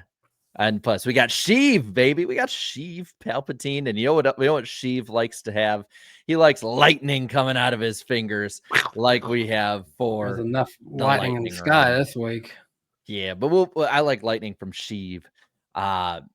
Let's get into it really quick. Of course, we do have and thank you for that, Hunter Nixon. Thank you. We will read that for sure. Damn, I appreciate it. 0-6. Woo! I thought my Astros were off to a bad start. 0-6 for the Braves. What's going on in Georgia? At least you have Georgia football, Hunter. Man. First off, we have the NWP channel, by the way. Episode replays, specials. Try and get some more clips out there for a lot of you guys too that have been asking. Some other news here. A lot of news on the TV and broadcasting side. Racer has bought Mav TV and will rebrand it to the Racer Network. So big brands coming together in the racing I think side. That's a good move because never really knew what Mav meant. Now, if you're just to the casual person, Racer, that must be racing. That at least sounds better. Good branding. Like speed. I am speed. The NASCAR Canada series will be live all year on YouTube for its races. So very accessible. I like it. It's a test. Channel or the NASCAR? I think it's the NASCAR YouTube channel. That makes a lot of sense. They are pushing a lot to revamp the YouTube channel for NASCAR from everything I've been hearing. So that's a good thing. Adam Stern even posted something about it today. NASCAR says the build time for the Chicago street race will be cut down to 25 days, 42% decrease from the first year that they had it. So like, if it was like the first year, you'd go in the middle of May and Grant Park's already closed off for a lot of the NASCAR stuff, where now you go the first week or so of June and they're just starting it up. That's a huge difference, especially for like Memorial Day weekend when a lot of people will be out there. So, and that's great for NASCAR for other cities too. FS1 and Flow Racing will be broadcasting the Cars Tour race Friday, May 16th. So that's a pretty big deal for them. We got Dale Jr. and Kevin Harvick in the booth, and Eric Brennan will be the play-by-play announcer. I'm a huge proponent that he needs to have as many opportunities as possible because he's awesome. What track is that going to be? Is it Wilkesboro? North Wilkesboro. Yeah. Okay. So full weekend of All-Star prelim. FS1 has the full Wilkesboro weekend with Cars Tour, truck race, and the All-Star race. So good stuff. Prime Video going to have a documentary next year centered around Kyle Larson's 2024 and 2025 double attempts. They're calling it Hendrick 1100 from the sounds of it. Prime is going all in. If it goes well compared to last year, it'll be good content. If it doesn't, probably still be interesting. I think it'll be interesting either way. But I'm going to say something that might be unpopular. This is a great thing that they're planning. We do not need any more freaking Dale Earnhardt documentaries. That's not growing the sport anymore. Lemon got the final word. Let's talk about the stars we have today. I don't need another Dale Senior story. And let's not take 5 years to get it out. Netflix, where is it? Did you not film something last year? You know what I feel like with Dale Earnhardt stuff at this point? And as much, and I respect Dale Earnhardt as a driver. Oh, sure. Of course we all do. He's no one else like him in the sport for the impact he had. But you know what? I think of one SpongeBob scene when I think of like the Dale Earnhardt documentaries. Am I really going to defile a grave for money? Of course I am. Like it's okay, guys. What new stuff? Okay, unless it's Dale Jr. putting something out there about his father. What are we really going to know from Dale Earnhardt that anyone else hasn't already said at this point? Unless they're just making shit up. I'm pretty certain. At least I ran out of video topics about Dale Earnhardt years ago. At this point, I couldn't do another one that hasn't been done by me or one of you guys. If there's truly not something new and interesting to say about Dale Earnhardt, just spend the money elsewhere. I'm thrilled that they're doing something about Kyle Larson, who's an American racing icon here today in his prime. Like that's the stuff that I think is going to grow the sport. If you want to learn about Dale Earnhardt, I think Emp Lemon's Dale Earnhardt video has like 5 million views. Yeah. Like that, he's killed it. He got the last word. Let's focus on the here and now. Yeah, Emp did amazing on that. And I kind of want to parlay this into talking about the next couple of weeks too. But next week, definitely tune into Danny's channel. We're going to go from furthest guest out when we announce these guests to the the closest one because I think that's better for dramatic effect. We'll be on Danny's channel next Wednesday, April 9th at 8 p.m. Eastern time. Going to be a lot of fun for something we'll tell you in a moment. But guys, our fans love when we bring people on as a guest. So let's tell them about the next couple weeks. For the next 5, we already have confirmed guests for those podcasts. So May 7th, and by the way, for the rest of the show, or a lot of the show, we'll just put the upcoming shows in the bottom so you guys can see the next rest of the season. So there's that. All right. Who's coming on May 7th? May 7th. Get your calendars out. On Eric's channel, we'll have Auto Racing Analytics come back on heading into Kansas. It's home track for him. Nice. He loves talking to us. I was just DMing him about it back and forth. He'll come on before both Kansas races this year. He's already set it up way in advance. So Auto Racing Analytics will be back. We love Grant. Fits in the show like a glove. Then 2 weeks before that on my channel, April 23rd, heading into Talladega week, we'll have our buddy John Ramos, IDK player, on the show. Yeah, He'll be on. He's going to be on. Coincidentally, we do have a Talladega event that Friday too. So going to be a lot of fun to hang out and all that. The week before that, which will be on Eric's channel again, April 16th, Ellie Productions will come back on the show. Going to be a lot of fun to have him. He can tell us all about his car at Bristol that week. So that's going to be a lot of fun. Yeah, John better wear a suit and be professional. But yes, of course, Connor's going to be coming back on. He's really excited to come back on, and we have plenty of stuff to talk to him about. And next week, April 9th, Danny, you can kind of tell us this because it's going to be on your channel. Who's going to be coming on the show with us next week? We are going to be having on a young man who was actually in our chat last week. He's a loyal viewer, engaging with you guys. We're going to have Carson Hocevar will be on with us next week. He was fortunate enough to be in our chat last week. We had a little quick conversation with him, and he said he'd love to be on. So we're going to have Carson come join us. I don't know how long he's going to be with us. If he'll be on for a few minutes, the whole show, we'll just see what happens. But Carson, we're looking forward to having him on with us. Live streaming expert. Should we request one of his favorite crazy hats from back in the day on the grid? Like, see which one he can wear on. That'd be funny as hell to see. You should challenge him to what's the least crazy hat he has? It's just like a spinny hat. It's gonna be wild for Eric. He's gonna have a guy that was once in one of his stop motions that is gonna now racing on Sundays. It's gonna be on the show with us. So this is gonna all come full circle. He actually has his own little stop motion track. He bought it from someone. I know. I need to apartment. Maybe I'll come out of retirement. I need to talk to him about doing some sort of a collab. Yes, because that would be hilarious. To go to Charlotte and collab with him on a stop motion. What was I going to say? Have we never had Carson on the podcast? I swear we have. I thought I don't think we did. I thought maybe we did, but I don't think we did unless it was way, way back early in his truck days. I mean, I have it all up here. I could look through it because it wouldn't be the first season, I wouldn't think. I'm looking through. I don't see him on those. Yeah, I don't. It'll be fun. If we did, it was like a one-off small thing, but I don't think we have. All right. Well, this will be exciting. Yeah, it's going to be a ton of fun the next couple of weeks. And that's the thing is, we said, the ones we know now, we still might have some others that we might have. Let us know in the chat who you guys want to see, and we can always send a DM and hope for the best. Carson will be the first driver to be on this season with us. So, oh wow, yeah, we can ask him why it took so long to tell us he had a silent B at the start of his name. Yeah, that was very confusing.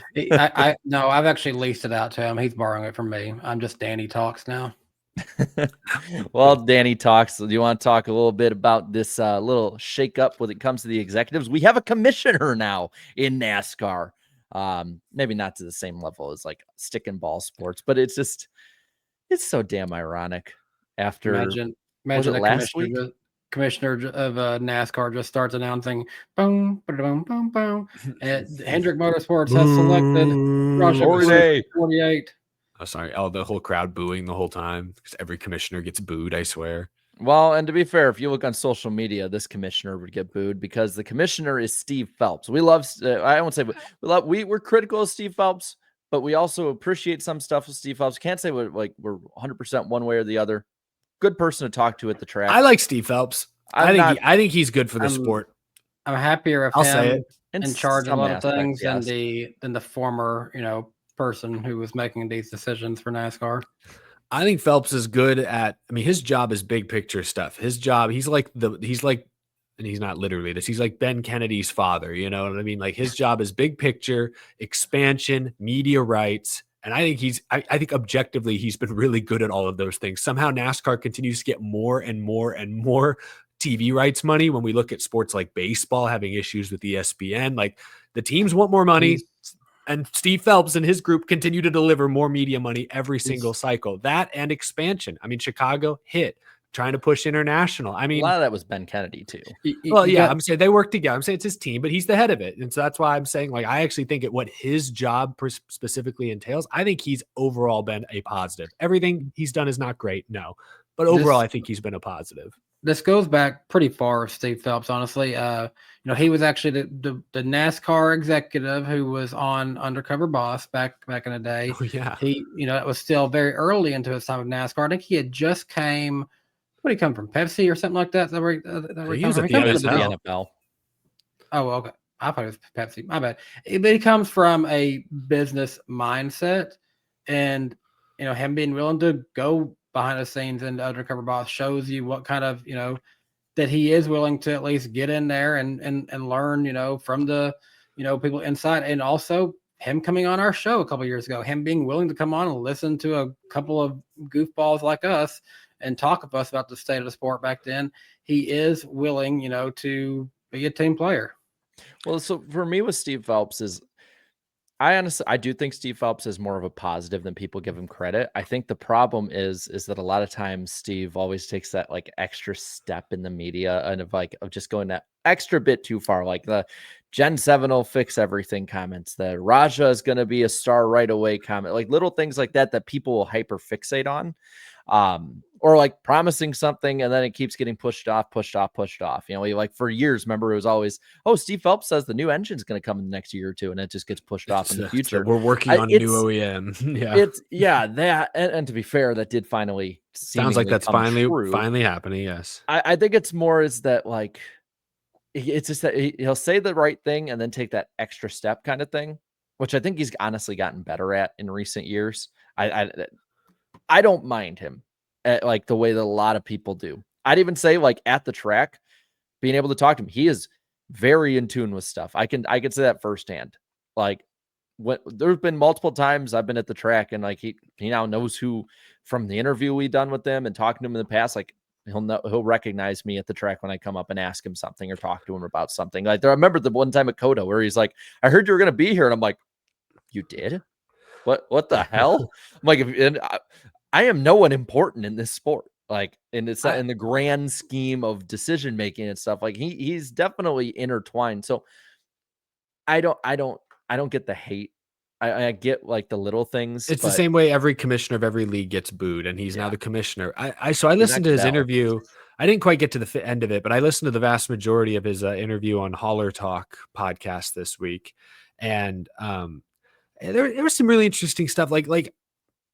Yeah, he's a corporate exec type who's going to word salad his way to try and, make whatever he's talking about sound maybe better than it is. Like he's going to do that. But he also got pretty honest a few times. Like he was hesitant at first, but then eventually he just said, yeah, Kevin Harvick chewed me out in 2022 over the concussion issues with the next gen car. Like, and talked about how after that moment, Phelps and the whole NASCAR team admitted that they'd made a mistake not being more communicative with drivers. And from like that point forward, especially after the Kurt Busch accident, he said that ever since then, they made it sure to every few weeks have driver meetings to keep update with safety. And they've continued to do that supposedly. So that was an example of, him being willing to take the heat for something and then also being willing to listen and change. And that's just something that compared to Brian France, who was effectively in this role before Steve Phelps, it's night and day, which is why I say generally I have a positive view of Steve Phelps.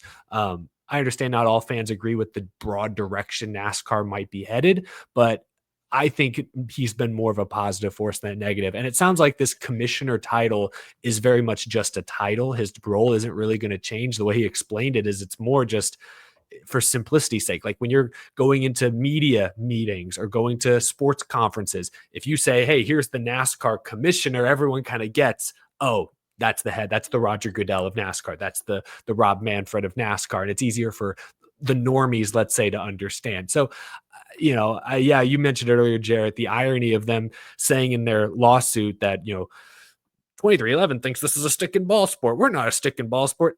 And then turn around and creating a commissioner role. That's pretty ironic, but it's certainly, it's not going to function in exactly the same way the NBA or MLB commissioner would operate. That seems to be how it's working. And so this will leave a open window here for president of NASCAR, which is now going to be Steve O'Donnell. I'm a little more mixed on Steve O'Donnell. I'll say that. I'm a little more mixed. What we see. I don't know. Yes. We like what we see, Eric. Like, I'm mixed on Steve O'Donnell. I'll say that. So the Steve O'Donnell on the president of NASCAR side of things is going to just deal more with the day-to-day side, tracks, stuff like that Phelps was also doing.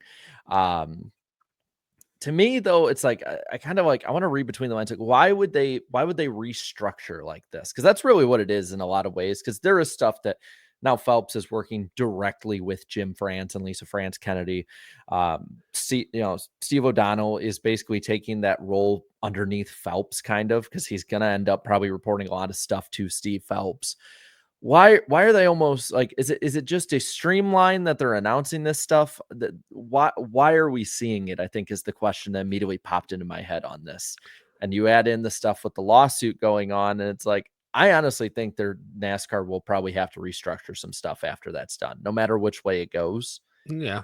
And maybe this is some of the early bracing for that impact, so they're not just hit, the broadside of a truck. Yeah.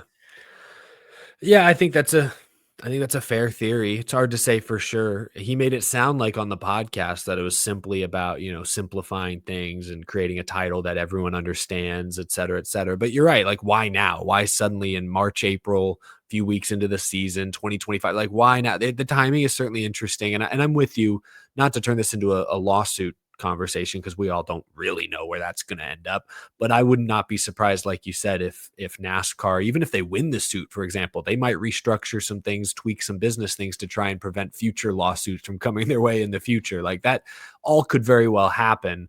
And maybe having a more traditional commissioner role somehow helps get ahead of that. It's so hard to say. I really don't know. I just, contrary to what people think, NASCAR is not stupid. The people running NASCAR are not stupid people. They're not. I know people like to think they are because we disagree a lot of times as a fan base with the way that they decide things, but they're not. This would not be one of the premier sports in America, outside of the Big Four. And you could even argue, outside of playoffs, it usually gets better ratings than any other sport other than NFL, like in football in general. Like, on a game by game, yeah. It would not be this popular of a sport that's run for this long if the people running it were just a bunch of, knuckle draggers that didn't know their head from their ass. Like, they're smart people that I'm interested to see what other changes might come the rest of the year in different restructures. But, we talked lawsuits. We're not going to talk about the 2311 lawsuit. We alluded to it earlier. Let's talk about the Legacy Motor Club versus Rick Ware Racing lawsuit that is going on. Wasn't an April Fool's joke. Honestly, like, I kind of thought when I saw it, I'm like, oh, okay, that's kind of funny. And then I saw who reported it. I'm like, what? It's like we have Adam Slurn. I was expecting to be like, oh, it's like a Jordan Banky or something like that. Well, he tweeted it, and so I immediately just went to Google and Googled Legacy Motor Club lawsuit, and it came up with like one of those, U.S. court databases, and boom, there it was. And I'm like, oh, he's not lying, folks. This is a real thing. Do we need to? I feel like as like YouTubers here and just people in media, we just need to constantly have on the search bar ready to go every team and lawsuit behind it and see what pops up every week, just to be sure. Because it's like, if I had a quarter for how many times this has happened, I've had 2 quarters of teams being in lawsuits, which isn't much, but it's weird. It's happened twice now in the last year. I think I'll only be concerned if I see a Hendrick lawsuit come out, because then something's really wrong here. And I get it if the quote is nickel, but like we're adjusting to inflation at this point. So, I mean, let's talk a little bit about it. Sounds like it's a disagreement basically over when Legacy Motor Club would get the Rick Ware Racing charter for the 15, I believe, right? I don't Is know it if it the ever 15 or the 51? I don't think that's been said. I think it's unknown. And that creates ripple effects because RFK Racing is currently leasing the 15 charter for the 60. The old rule was you can't lease that same charter back-to-back years. So they were going to have to figure something out for next year anyways, if they want to keep Priest full-time and the 60 full-time. But if Legacy gets to buy one of those charters a year earlier than Rick Ware intended, then now Rick Ware might be in a bind where they're like, do we sell to RFK as well? Because then we have no charters for ourselves. And it's an awkward situation. But yes, in a nutshell, based on the actual lawsuit itself, the document that was filed that is largely redacted, but has some information in there based on that and what The Athletic has reported, it sounds like both sides met over the past few months, came to an agreement. Legacy says that Rick Ware signed everything, signed like a purchase agreement, I believe, and now is trying to back out. Rick Ware is saying that, we're backing out because Legacy swapped the dates on us without telling us. We thought the deal was for 27. They said it's for 26. And so we're not going to do it. Legacy saying, no. All this information was in there and they signed it. That's the disagreement. It's he said, she said at this point. The actual purchase agreement they supposedly signed hasn't been made public. So it's hard to say for sure what Rick Ware Racing did or didn't agree to, allegedly. But yeah, it's just interesting because we can start here. Legacy Motor Club wants a third charter. Are they in a position to expand to a 3-car team right now? That's debatable. And if so, funding's there for Corey Heim? And Corey Heim's a 2311 development driver now. He used to be a 2311 Legacy like wild card, which is why he filled in for Eric Jones, I think, last spring. But now he's a 2311 guy. And obviously it's all Toyota. They can share. Christopher Bell spent a year with Levine. Eric Jones back in the day spent a year with Furniture Row. But it may be more complicated than that. Some people theorize Kaz Gralla because he is their sim driver, the Legacy Motor Club sim driver this year. Has some cup experience, but I don't know how much funding he has. Kaz Gralla. I feel like his time, hate to say, his time's slowly getting away from him now. He's still not that old though. I think he's like 25. He's not 26. old, but he's not getting the full-time opportunities to suddenly be like, oh, now you're getting this ride. That wouldn't make a lot of sense anymore. I have a theory about this for the third charter side because Legacy Motor Club has been in the airwaves about getting a charter. Like we heard it last year and the year before that, and we asked the same question, like why would they do that? Chris Wright, maybe. Who knows? Throw that up. My theory has nothing to do with drivers. I think the driver is irrelevant in this. My theory is that what is rumored to be going on in 2027, and they would need about a year to get everything set up for. The rumor that's been going on for 2027 is that possible Dodge going up to Cup, and they would need teams. Yeah. Why would Dodge want just a 2-car team if they can get a third team, especially if if there's a team that's willing to do it? Legacy Motor Club is a third-tier Toyota team. They're not getting as much from what we've heard of the intel from JGR and 2311, who work basically in a symbiotic relationship. Legacy is a perfect candidate to move to another OEM in the long term. They're a team that wants to expand. Jimmy Johnson, yes, he's with Toyota now. He has no loyalty to Toyota. He's a Chevy driver before that, and I guarantee you, if Hendrick switched to Ford or Dodge in those years, he wouldn't be loyal to one of those anyway. But they still carry that petty font, which holds more of a tie to Dodge and Chrysler in the end. Yeah. There's that too. That's it. It's a valid theory. I mean, it's a couple of years down the line, but look at Michael Waltrip Racing. I mean, they set up the year before. They bounced around. Yeah. They set up in 2006 before jumping with Toyota, who was the long-term play in 2007. Wasn't the greatest because it just was not the greatest jump in, dive in, but it tended to work long-term to build that team up. I feel like that would be something that could work out. Like if a Dodge or a Honda jumped in, because that's the other one that's been the hot topic of everyone's talks with it. To me, that would make a little more sense long-term preparation wise in getting Legacy Motor Club set up. Eric Jones, John Hunter Nemechek, Kaz Gralla, Chris Wright, doesn't matter what driver they have. At the end of the day, Dodge will have their pipeline set up, starting with the Truck Series based on reports next year.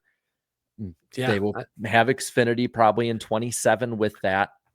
The only thing then that's, and I still think your theory is 100% valid, but it's interesting then that legacy would be, I don't know, there'd be confusion over the years. Legacy's like, no, 2026. That's when you said you give us this charter. And Rick Ware's like, no, I thought we said 27. Like you're saying 27 is the earliest Dodge or Honda or anyone would enter the sport. So I get that, you probably want to build out that third team early, get that foundation. Sure.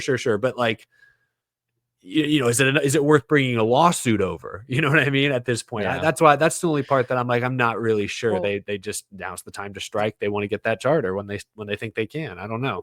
The other part that I think of with that part is, did Legacy and the powers that be there already give money to Rick Ware Racing? And now, like, is it maybe Rick Ware Racing trying to pull a fast one, or is it Rick Ware Racing saying, well, we had these talks, but it's not going that far? They came out, I don't have the quote on me, they came out kind of swinging at Legacy Motor Club that it was just, I think, was it Stern that pushed it? Because I can pull it up. It was a state. Stern tweeted a few others. They basically said the lawsuit, misrepresents facts, blah blah blah, and is an attempt to like damage our brand and reputation. That's what Rick Ware said. I will say this.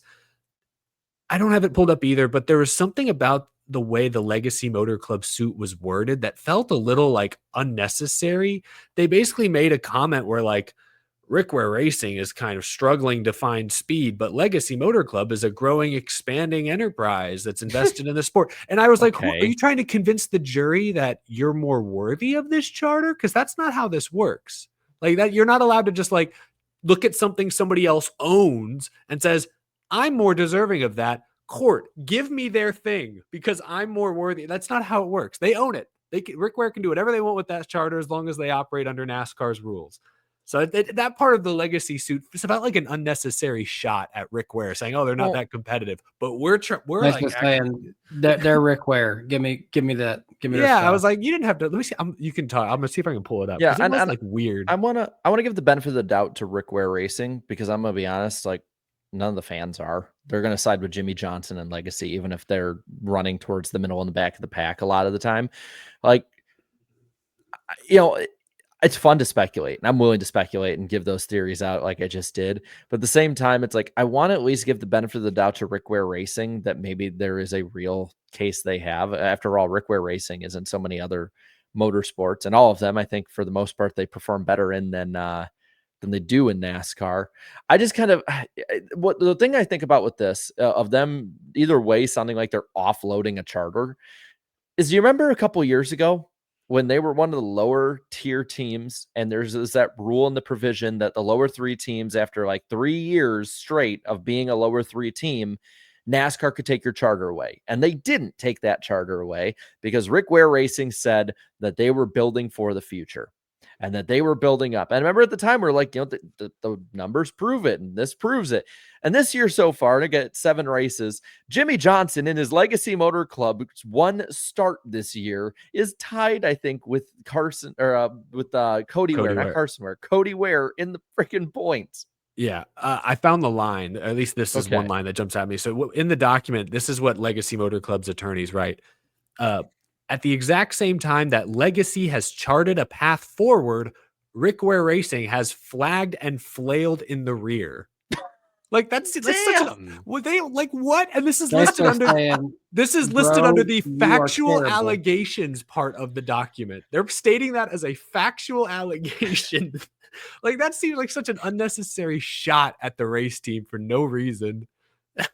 So I'll give Rick Ware that point. Rick Ware's right about that. That was an unnecessary, Your Honor, to be fair, they are trash. Your Honor, I'd like to present some evidence. They are last in points. What does that have to do with their chart? Nothing, but I just wanted to make sure it was on the record.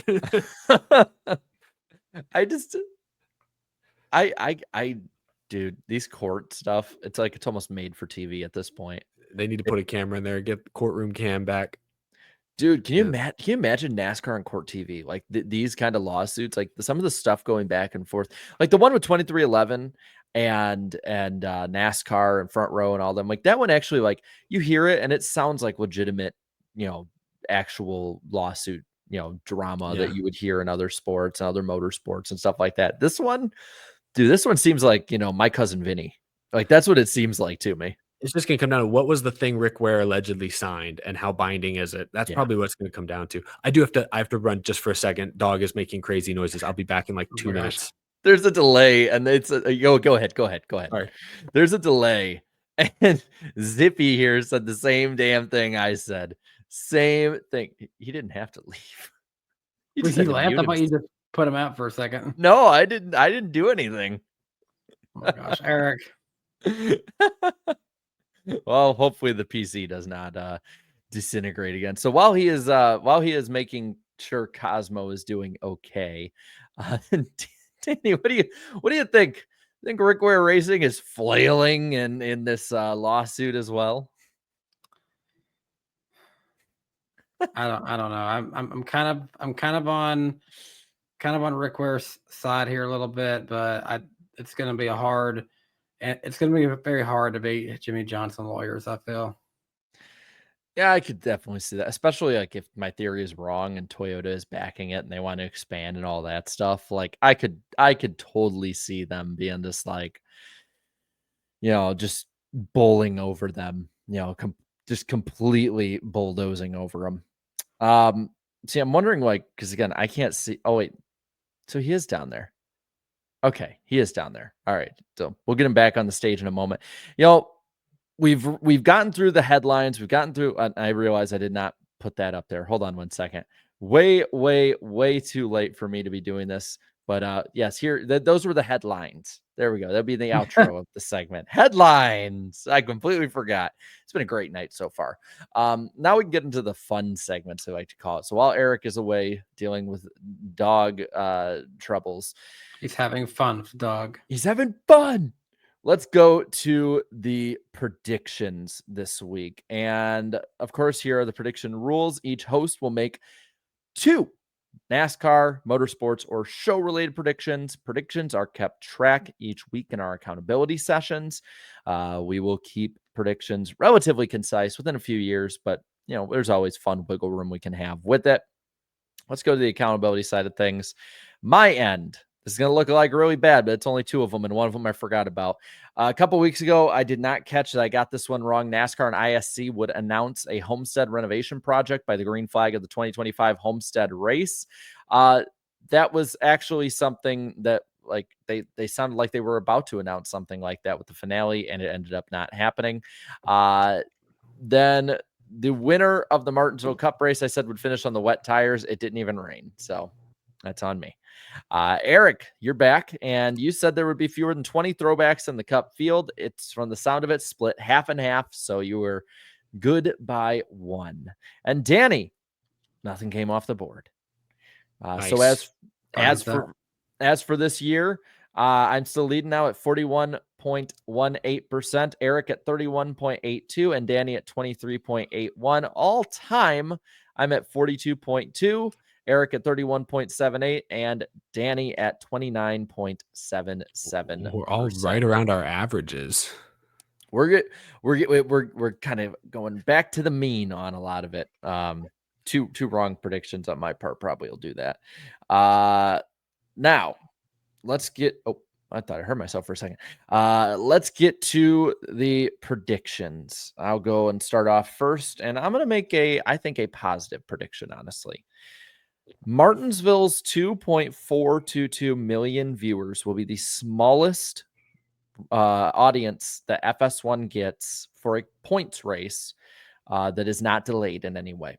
Scheduled points race. Wow. I think Bristol will be higher. I think Darlington will be higher. I think Texas will definitely be higher, as much as people say they hate it. And I think Kansas will be higher. So there's 4 races to go in that end. And a moment of positivity for people. We're actually over halfway through the Fox portion of the year. So, yeah, I was over here like Sonoma might get nothing, but then I forgot that's not an FS1 race this year. So, both my predictions are throwback related. Since I was 1 for 1 last week, I feel like I need to ride this hot streak. Hopefully, my first prediction is that a throwback scheme car will win both races this weekend. Damn it. Oh, is that one of yours? You took That was from one me. of mine. Oh, is Damn everybody it. And I have was this going to one? do that because it's not a huge guarantee because we have so few. Yeah, because it's 50-50 in Cup, and I think it's probably like 60-40 in Xfinity. I'm so sorry, guys. Nah, great minds think alike. Well, I'll have to think of my second one, but I'm going to go with a positive for tonight. Jarrett and I will hopefully not go under a tornado warning tonight. Is it during the show or just till midnight? Just tonight in general. Okay. Yeah. Knock on wood, man. Fingers crossed. I hope. After Jarrett's experience the last time, and how many are popping up, I am praying I'm right. Hey, Danny B, good vibes. Danny B having good vibes on this one. I like it. All right. I'm gonna make a prediction. I know we're probably gonna see a die down on this after what happened in the Xfinity race at Martinsville. But I do think there will be a race in one of the top 3 series this year that has over 3 overtimes, so 4 or more. I think we're gonna have another one. Okay, all right. This is a silly one, and it's a little vague. So if it happens, we can debate on the show next week if I get points for this or not. My second prediction is that at least one driver will wear a costume this weekend, and it will be on TV. So that could be like a goofy wig. That could be a different, like an unusual fire suit. But that's what I'm saying. It's somewhat not a subjective. throwback fire suit though. Like Joey Logano has a throwback fire. Not Joey not like a throwback fire suit. If he puts some other fire suit on that's like not approved to race, that would count. But yeah, no, not like his normal fire suit, or not like a race ready fire suit. I like what Mark says in the chat here. Tornado warnings are barbecue weather here. No, Risk got so upset at me the other night, and she's probably gonna hate that I brought this up. But like, there was this big lightning storm coming in, and there's tornadoes like popping up left and right, and like I see the wall coming in from the lightning strikes lighting up the sky. And I go, Risk, hold on a second, I gotta go see that outside. And I go outside, and she's like, wait a minute. You have something metal in your hands. I'm like, oh yeah, okay, but I gotta go outside and see this. It's a Midwest tradition.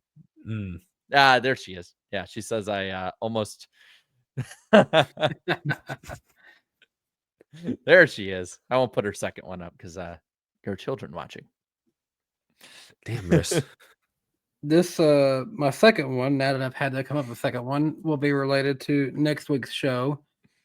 If he stays on the whole episode, Carson Hocevar will correctly win Random Driver of the Week. Ooh. Danny's betting against himself. Ooh. Pete Rose got banned for this. No, I thought Pete Rose bet on himself to win. Maybe you're right. Yeah, actually, you might be right. This is even worse. I'll be honest. I think that's like the one thing in sports gambling with players and leagues and drivers. Like, if you're betting on yourself to win, like, I influenced the race by winning. Like I'm either going to come out good on predictions next week or good on picks if I can somehow beat both of them. Well, those were some pretty fun predictions this coming week that we'll be seeing come true. Hopefully some of them. Hopefully tonight we see at least one of them come true. But now, guys, it is time for you to say goodbye and good night to the chat for a little bit, because it is time for Random Driver of the Week. Close your chats. I get to see the chat. And last week I was told I was blind because I said that majority of the chat hadn't gotten it yet. And I looked back on the section I said it with, and it was right. Ooh, so dang, I was right. But yeah. Why do you have that, Eric? For when I get my like fourth one correct in a row. I don't know if Ooh, he's talking trash already. I don't know if the mic could pick that up. It did. I need to step up before Carson beats us next week. All right. Well, the last 3 have been won by Eric, those being Tim Flock, John Hunter Nemechek, and Bobby Allison, I believe it was that we did. I don't remember, but I'll take your word for it. Danny, the last 2, he had 3 in a row, but the last 2 of these past 5 were Casey Mears and Tim Fedowa. So Eric has a 19-18 lead after falling 2 behind. It has been a back and forth for the last year and a half on this between these 2. So let's go. This random driver spent his early years working in a tobacco field. I can imagine a lot of guys did that. Yeah. Okay. This random driver also is a Tennessee native. Yeah, a lot of tobacco farms out here. Home field advantage. This isn't fair. I'm filing a protest. This random driver's first cup race did actually come at the Nashville Fairgrounds as well. So I'm Tennessee chucked. boy. I'm screwed, chat. It's over. You said cup race at Nashville Fairgrounds? Yes. All right, so that kind of dates him a little bit. This random driver got a famous nickname due to not being able to pronounce his own name as a toddler. Oh, I feel like I've heard this story, actually. Am I crazy? Okay, this is definitely a name. This is a recognizable name. Mm-hmm. This ain't no like, yeah, never go on. Yeah, I was about to say, don't start saying names because I was thinking of one of the names we've done in the past. Who is that guy? What do you think it might be, Eric? Go ahead. Who is the guy that raced at Nashville Fairgrounds that I couldn't? Chad Chaffin. Chad Chaffin. Yeah, this ain't no Chad Chaffin this week. No. This random driver was famous with many kids that were fans of racing because at the fairgrounds he would run a fire engine red Chevy Impala. Oh man! And by the way, the chat has gotten it this week. Yeah, I know. This feels like I should know this. Yeah. And my dad just sends me this picture of a guy sitting looking at his stormy garage saying dads during tornado warnings in the Midwest. And it's a dude outside with a beer watching it. Oh, that's funny. This random driver's highest finish in Cup Series points was 20th.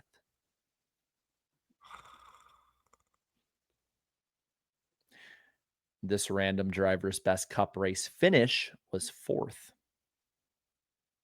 Multiple times. This random driver is a 4-time track champion at the Nashville Fairgrounds. By the way, we have 21 clues this week. This random driver did win a Daytona duel. Okay. This random driver nearly won the 1974 Daytona 500 as well. Don't know much about that one. Let's see if I got that one DVR'd still. I can go back and rewatch. Oh, man. They didn't have DVR that in 1974. DVRs. Yeah, what am I talking about? I know. I could text my dad. He was there in 74. Did they even have VHS back then? I don't know. Dad text me. Did they have DVRs and VHS and all of that in 1974? When was Laserdisc a thing? That's what I need. Probably was lucky you could even watch TV. Yeah. How many channels did they have? Was it like 4 at the time? In the 1974 Daytona 500, this random driver was black flagged by NASCAR for a loose wheel, and it ended up that the loose wheel was not, in fact, loose, costing him the win. Mm.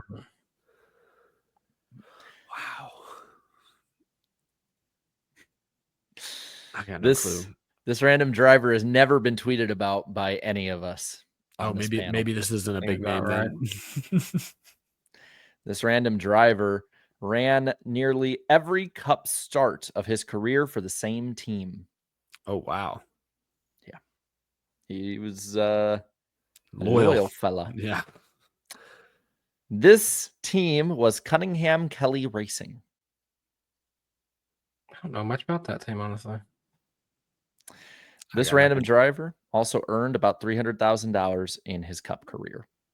Dang, that's mint. Could buy himself a whole carton of eggs. This random driver raced these numbers. Get your pens and paper ready. All right, you ready? Yeah. All right. 04, 07, 14, 97. All right. Okay. I was going to say he drove for the same Cup team. He can't have changed that many numbers. Yep, that's it. And that's for multiple series too. Wait. I have no clue, man. I got no idea. What are some famous Tennessee drivers? Sometimes that's what helps me, but I got nothing. I'm none that fit this description that I can think of. This random driver raced in Chevrolets and Fords in his career. We have 4 clues left. This random driver's son raced in one of the same numbers. 97. What'd you say? Was it 40? 04, 07, 14, and 97.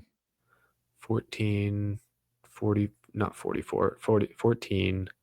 97, 07, 04. This random driver's son actually replaced him in his final cup attempt.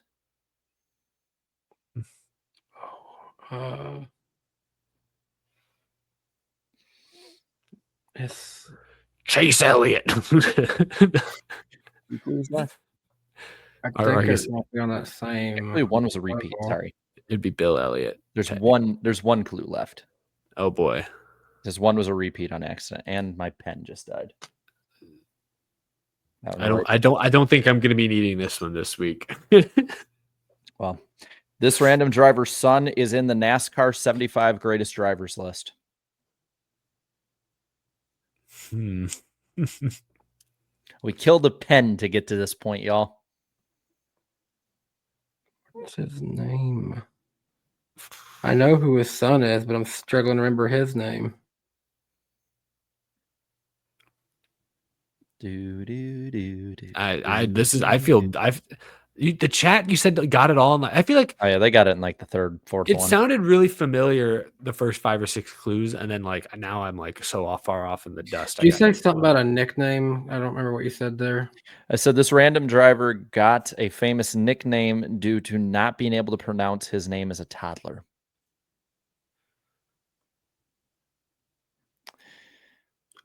You know, I think I know. It's not his son Sterling. It's Cuckoo Marlin. Is that it? Correct. Well played, Danny. Cuckoo Marlin. So Danny ties it up at 19. I would not have gotten that one. I don't think. Not one of those names that you talk about a whole lot, but Yeah, I think I've done at least a little bit of research on the Marlin family. It's closer to a Chad Chaffin than a Dale Earnhardt. I'll say that. See, I remember. Actually, hold on. Do I have it here still? Or crap! I think I packed it. I had those NASCAR history and pictures books, and at the end of each year, they have the point standings. And I always remember seeing Cuckoo Marlin and being like, that's just a NASCAR name. That is a random driver of the week if I ever seen one. That's what I was thought when I was 7 years old and I got that for the first time. I'm like, you know what? In 20 years, I'm gonna have that guy as random driver of the week.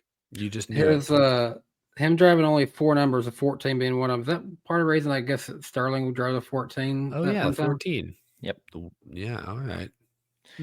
So there you go. That was well done, Danny. Tied it up. That was a good one, Jerry. I almost didn't get that one.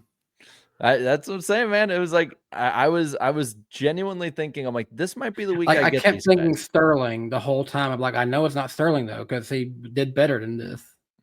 Well, it's kind of a throwback, you'd say. And before we go into our Darlington predictions and all of that, how about we go into the throwback weekend? Guys, I'm going to pop some of these up on the screen, and there's some of them you guys can bring up. And if I have them, I'll pop them on screen, but I'm going to get my heavy hitter out of the way first. All 3 of us talked about this. Let's talk about our favorite throwbacks before we go in. This one was mine. I know it's chalk. I love Kyle Larson's throwback this year. I'm nostalgic for it. Hits me in my member berries. I remember racing against this car in NASCAR Thunder 04, seeing it on TV as a kid. Pretty accurate. You could say even it's great. Well done. Yeah, this one's been requested for a long time. I love that they did they changed the font on the side to match up with Kellogg's. They even did the got cars like got milk. The only thing, the original fan concept of this had a cartoon version of Rick Hendrick looking like Tony the Tiger saying like got cars or something like that. That would be the only way to make this better, but I do get from the brand perspective, you want HendrickCars.com saying, and on a blue hood, it does match well, but that would be the only change I would have made.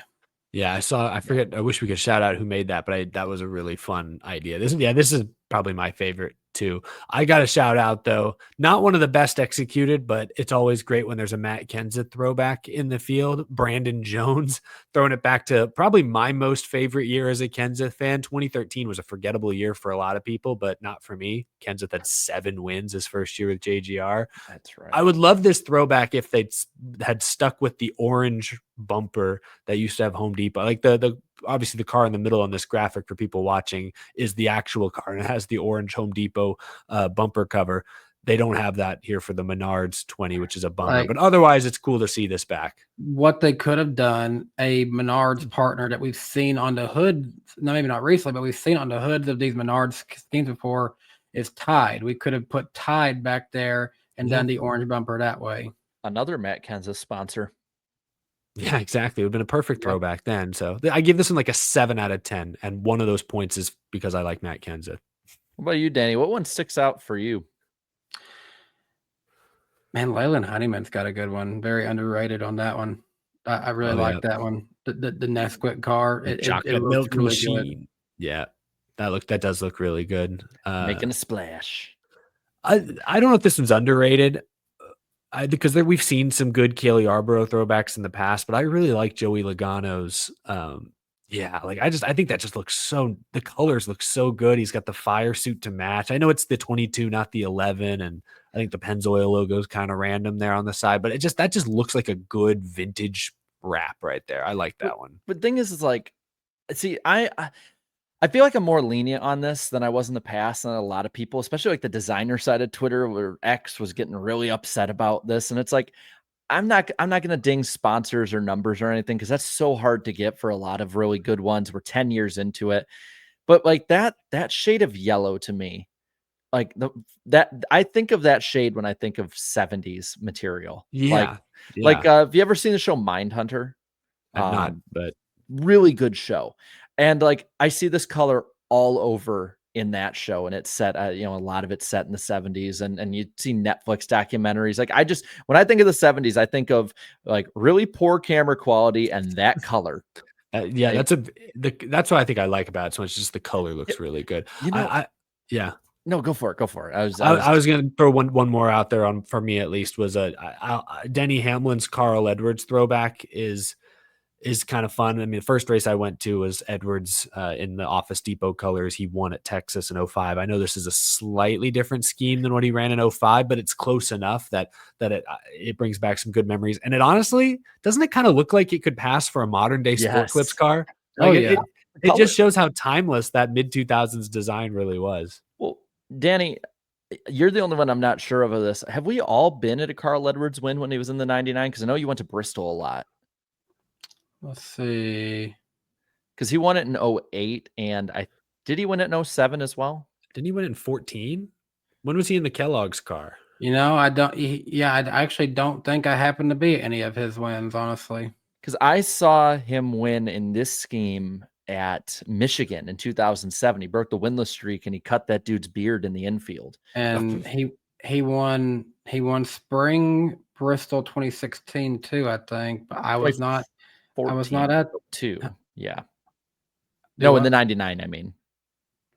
Oh, in the 99. Sorry, I thought talking about. Yeah. No, I didn't see any. I don't think I saw him win at all in the 99. Well, I'm going to stick with the Roush theme on this one. This was one of my ones that I think a lot of people are underrating compared to a lot of the popular ones, but I love this Jamie McMurray. We were blessed with Jamie McMurray throwbacks this year.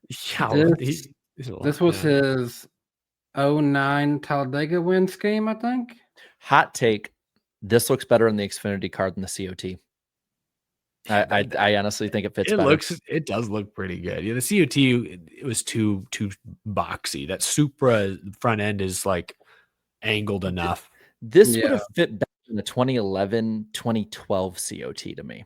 Like, just because the way that the indentation in the front, like I don't care what people's member berries are on this. The COT was an ugly car. Like it raced a lot better than people will give it credit for, I think. But it was the initial design was pretty ugly. I know people are nostalgic for it, and I won't go too hard on it. But like, I absolutely love that one. And then, if you will, let me. I'm more nostalgic for the way the engine sound. Looking back at videos, yes. Oh, that scream! Allow me to stay here in the Xfinity series for a moment.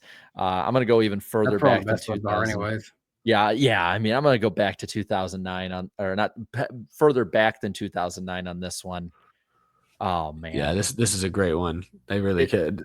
Ryan Pistana and Alpha Prime kill it with their throwbacks the last couple of years. Well, and just I like that visual pack. Like it just fits with Kodak. It does. It almost feels like a spinoff. You're like, oh, is this what they rebranded to? Yeah. Like I gotta ask, and chat probably knows better than me. Is Kodak still around? I'm gonna Google, is Kodak Because still like They probably make digital cameras or something, maybe. well, you remember those cameras where you'd like take the Emerging picture, the from Polaroids? bankruptcy? Sorry. What was it? Was it the Polaroids? You take the picture, it'd come out and you'd shake it. Because my great grandma had one of those, and I'd always take pictures. I have pictures all over from those. And I guess like that's like a hot collector item now. And I just used to have fun with it as a kid with my great grandma. Danny, there's some other ones we still have left to show on on our second line. Yeah, here. I don't even know if you have all the ones that I've got pulled up on my screen right now, but I will say Cody Ware has a good one going back to the Bill Davis Caterpillar ride. I don't know if you have that one on your thing or not. I don't have that one. I know you sent me another one that's on the Ganassi tree though. Yes. Yes, this one right here, Anthony Alfredo. Oh yeah, that's good. Rocking the silver bullet.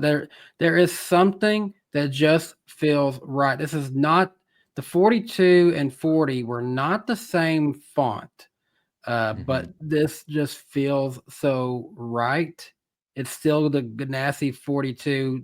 This is not the 40 car, but they are Ganassiing this thing up as good as they can. And then, I love throwbacks to Earnhardt and the 3 and all of that, but I appreciate using the 2 and having the This font. one looks very nice.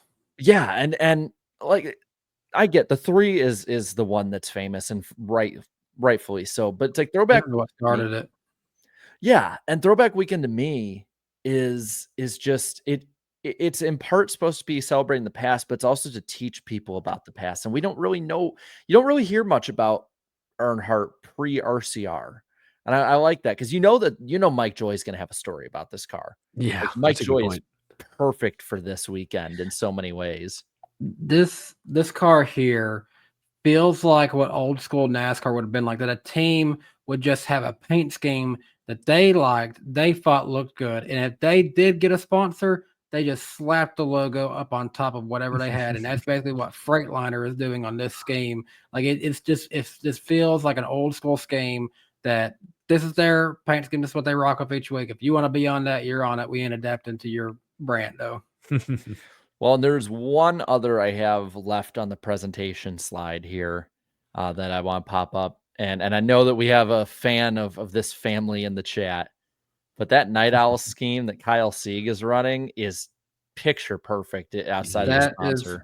That is probably one of my favorite paint schemes of all time. I don't have the diecast anymore, but I did have this diecast for a little bit.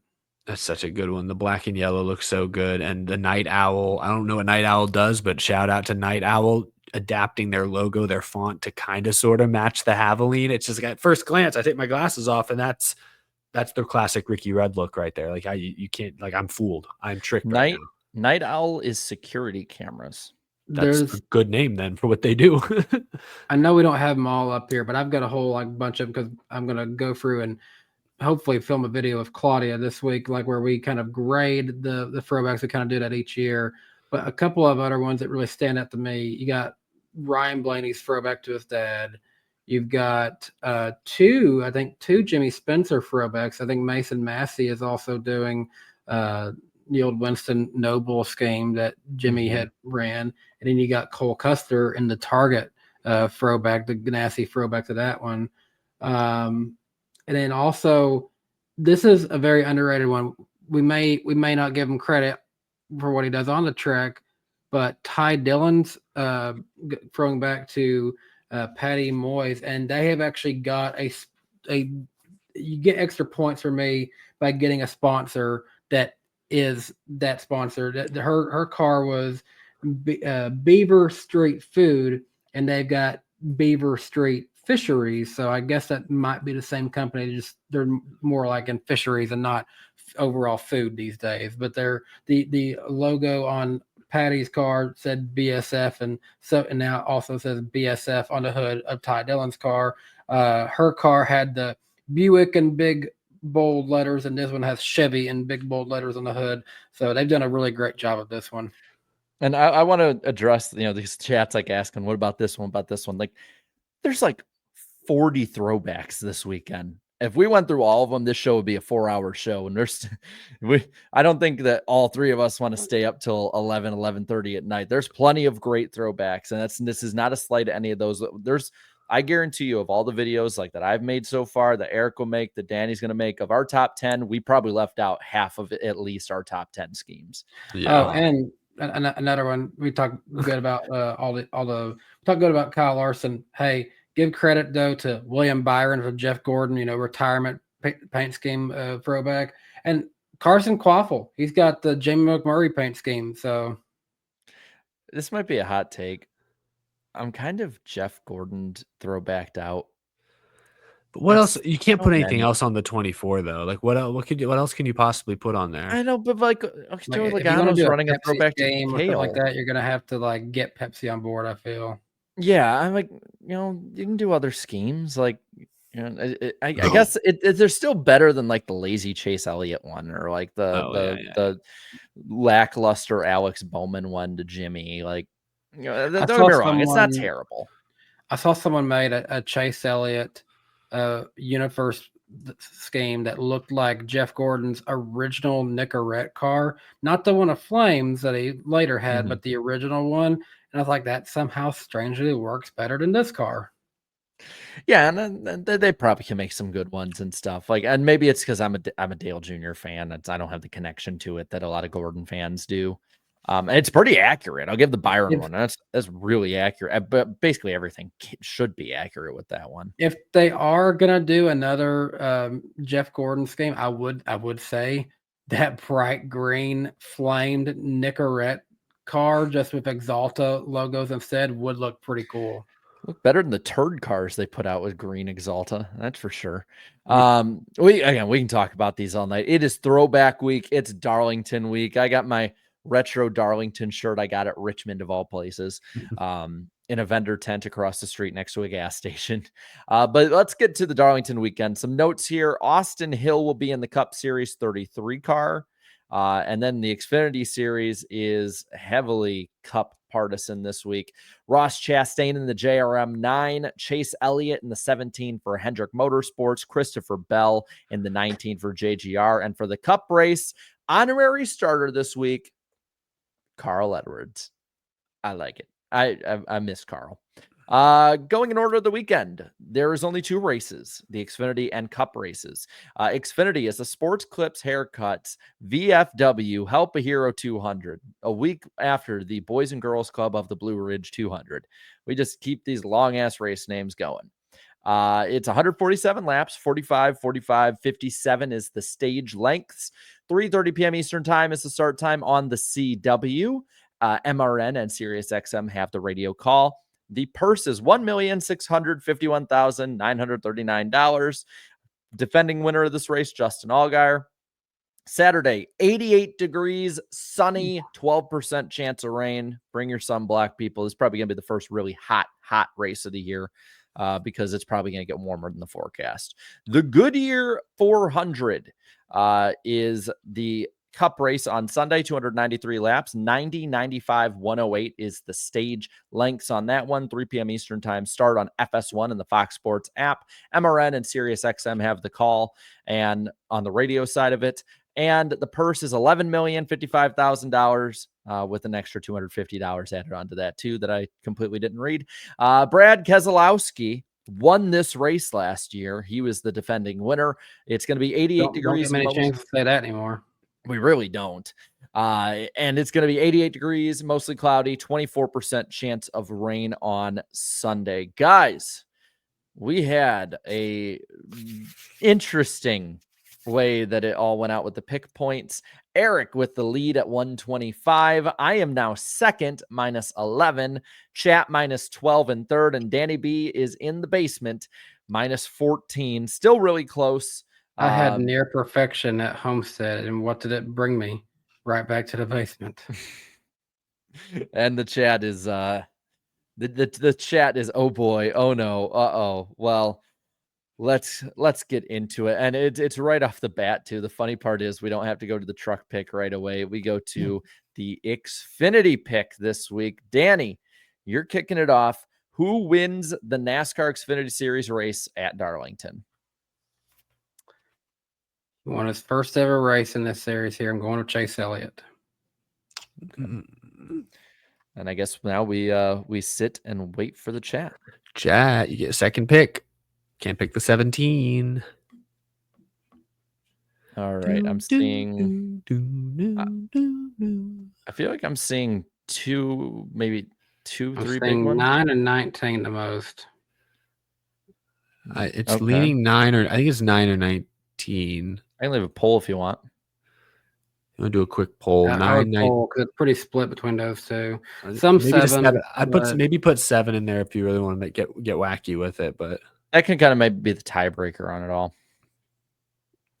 All right, chat. It's crucial. Poll is up. Let's see where it goes. I'm gonna vote for the one person that's not in my top 4. Trying to sway the vote. Oh, it's pretty close. Oh, geez, Rick, it's close. Oh my God, it actually might not be. We were doubting the 7. He's pulling away. You guys let me know when do you think I should end this thing? I always just think you should surprise them. If they don't vote right away, they don't care enough. That's the way I see it Now.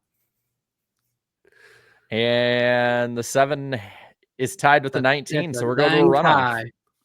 We're going to go to a runoff. Poll 2. We can get rid of the 9 now at least. 7 or 19. That is the choice. And it's funny. I was seeing more 9s to begin with. Yeah, I'm surprised by this. Alligator. That came out of nowhere. That was extremely random. Yeah, what direction are the 9 votes going to go this time? Oh my gosh, it's still close. There can be only one.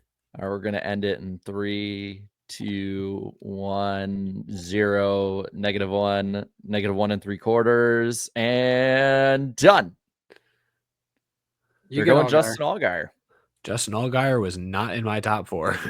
I am genuinely surprised. So I'm going to go with their other pick there. I'm going to go Christopher Bell on this one. 19, I think, is going to get the win this week. Oh, man, I'm in a tough spot here. I really like both these guys, but I don't like them as much as I liked Elliott or Bell.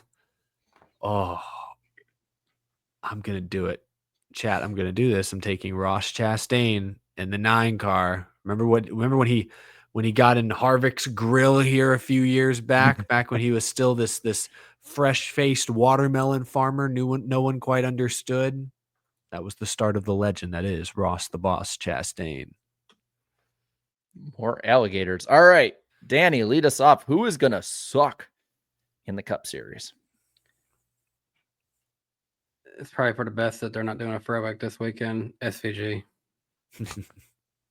Do a throwback to Dale Jr. in 2009. I mean, to be fair, his scheme he ran in 2009 and the Southern 500 was pretty badass. It was that like black and silver Mountain Dew car. Yeah, I will say, if they wanted to do a WeatherTech throwback for him one day, the National Guard scheme would probably work, like the 08-09 version. I think it would. By the way, the chat on my end and in here, in StreamYard works differently. So if you have the YouTube one, it looks like they're going 54. Yeah, I think they're going 54. That actually surprises me. Yeah, they just had a good run finally. Come on, Chad. Wasn't he second here in the spring last year? Yeah. I'm gonna go with the guy that started out pretty well, has cooled down in my opinion as of late. I'm gonna go John Hunter Nemechek. That's fine. I don't really know who to pick for suck. I'm gonna go with Austin Dillon. That's kind of bold because he's had some good runs here in the past. Yeah, remember top 5 here? Yeah, there's a playoff race. I think he finished like 4th in the Southern 500. Maybe he was second. Yeah, 2020, he almost beat Kevin Harvick right at the end after Elliott and Truex took each other out. Is that the year he was second? Mm-hmm. No, that was a long time ago. 550 package, not the same. All right, Danny, it'll be his time. He showed no reason for me to think he's going to suddenly get it together. Well, who might get it together and be a dark horse this week, Danny? Very nearly had this together last year until he got Reddicked. Chris Buescher, still watch out for him. Don't know if he'll win, but he's definitely one to keep an eye on. Also, has Harvick fixed how he says his name? He always used to say it like Buescher, like Bueller. Buescher. That's what I like. It's more James Buescher. I always thought it was pronounced like Buescher. All right. Who do we have here? Do you guys see that's taken? I see a lot of 43s and 60s. Yeah, I'll give him 43 on this one. Yeah, give him Jones. And they're with me. I'm also going Jones as the dark horse. If he's gonna have a decent run, it'd be here. I was alerted to an insane stat today. Do you know who is currently riding a 3 straight spring race top 10 streak at Darlington? Bubba Wallace? Justin Haley. Oh, wow. Has finished top 10 here, 3 straight spring races. Let's make it 4. I'll go Justin Haley. And that would be with 2 teams and now 3 teams in 4 years. Colleague, Rick Ware, and this would be Spire, I guess, right? Damn. How about that? Yeah. All right. Well, let's get to it. Who is going to win the Cup race, the Goodyear 400, the Darlington Throwback race? Danny, who is winning this week? Terry Labonte, a.k.a. Kyle Larson. Yeah, I would reach through the screen and hit you if you didn't pick Kyle Larson as the first one after how many laps he leads. All right, chat. Who do we got? Well, we can't have 5s. Saying 11. Ooh, they might be going 11. They're pretty heavy on the 11s right now. All right. Okay. I see some 45s. I don't even think it's that close between them. I think The 45s are trickling in. You might want to do a quick poll. 11 I think it's going to go 11, but I'll do it just to be safe because in the past when I haven't made or when I've tried to make the executive decision, I tend to be wrong, but I'm pretty sure it's going to be 11. We'll see. The 45's got momentum. To be perfectly fair, I did kind of consider the 45, but ultimately chose Larson. Oh my God, the 45's winning. It's close. Give him a few more seconds. Get your votes in. No. It's like the old American Idol. And the winner is wow. We thought it was overwhelmingly 11 at first. All right. So now I have my 2 picks left. Or no, I have 1 pick left. Do I stick to my guns and what I thought would be a good pick and be bold here? I think I'm gonna go Bubba Wallace. This is one of his best tracks. He's really good, especially in the spring. And that team is better than usual. I think Bubba Wallace can win this race. I really wanted Bubba to still be on the board for me. I'm gonna pick William Byron. I think Byron has a better chance of running better than Bubba this weekend. So I don't hate this pick, but with all due respect to William Byron fans out there, it's not as much fun to root for another William Byron win as it would be to root for a Bubba Wallace win at Darlington. It's been 2.5 years. I kind of wanted to cheer for Bubba Wallace this weekend, but we'll go William Byron. I think Willie beats. Bubba Wallace has run top 5 more often than not at Darlington in the Gen 7 era. And he won the pole in the Southern 500 last year. He's been sneaky fast. And here come the sirens. And it would not be a stream on my channel without the sirens coming through. I'll say this about Byron. He has the best average finish here of anyone in the next gen car. There you go. So that's why I'm comfortable with my William Byron pick, even though Martinsville was an off day. But man, a Bubba win would be fun. It feels like they're knocking on that door. Just saying, man. I'm just saying. It'd be the first race that he would win in Cup that I wouldn't be at, which is a wild fact still to this day. That is pretty wacky. Both of his wins. All right. As the sirens come through, I believe that is ringing it on into the last super chat stage. Hopefully the guy in the podcast party bus shirt is okay. I hope he is too. Like that man, he's a real one. He's a real one. All right. Where did we leave off here? I believe we went past Sammy Smith and Sam Mayer getting low cow of the week from Sheev. So that leaves us to Wizard King Nick, who says, my idea to stop incidents like Mayer and Dylan is to DNQ that driver, and they get no points for that race. Feel like that would make most think before doing. Maybe. Maybe. I feel like 50 points also makes them think twice, but Yeah, you might as well have DNQ'd him then at that point. Let's see. Robbie here for the vibe says, just want to say I love the coverage the three of you have brought us this year. Y'all should have Break Hard on more. He was a great guest. Yeah, if he's open to it, we are more than down to have him on again. Yeah, he'll definitely be back at some point. I was thinking, and I kind of want to gauge what people in the chat think about this. I kind of know where they're gonna be at, but then we can talk about it later. Most like should we bring back like our all-star finale where we would bring on a bunch of guests at the end of the year? Like I feel like that'd be really fun. Having like Break Hard talk to like Grant from Auto Racing and on analytics, and like having like Ellie Productions talking to some on the same stream as like John. It's going to be hard to beat when we paired up Slap Shoes and Mark Martin in the same virtual room. That's going to be tough to beat. But yeah, we could do something fun like that. We'll give it a shot. I still love the idea of us just firing up a stream, the three of us, and then immediately texting anyone we know and trying to get them to jump in our call, like off the cuff. That's right. When we look through our phones, and we're like, "Oh my god, I didn't realize I had this many people on." Well, it'd just be hilarious. I just DM like 10 people, and like, what if half of them show up randomly, not sure what to expect? I think that'd be so funny. What if we do that when we're all in town next, and we do that on the podcast channel or something? Maybe and we can experiment. Yeah, that might be something fun to do. Justin here with the 50. Thank you, man. And I love that car. That's right. Says, I'm loving seeing the poster boy of spoon-fed kids not having an easy time this year. Honestly, the Xfinity series has become spoon-fed kids like Ty, and it became very clear this weekend that these kind of drivers have a majority of the Xfinity series. Yeah, I mean, the majority of the best drivers. Not saying these kids don't have some good talent. I mean, there's some talented drivers. I think Taylor Gray is actually a solid driver who's going to get better. Like Zilich, obviously good, going to get better. But yeah, it's a lot of young guys with a lot of money, not a lot of experience. So you're going to have some bad races, I think.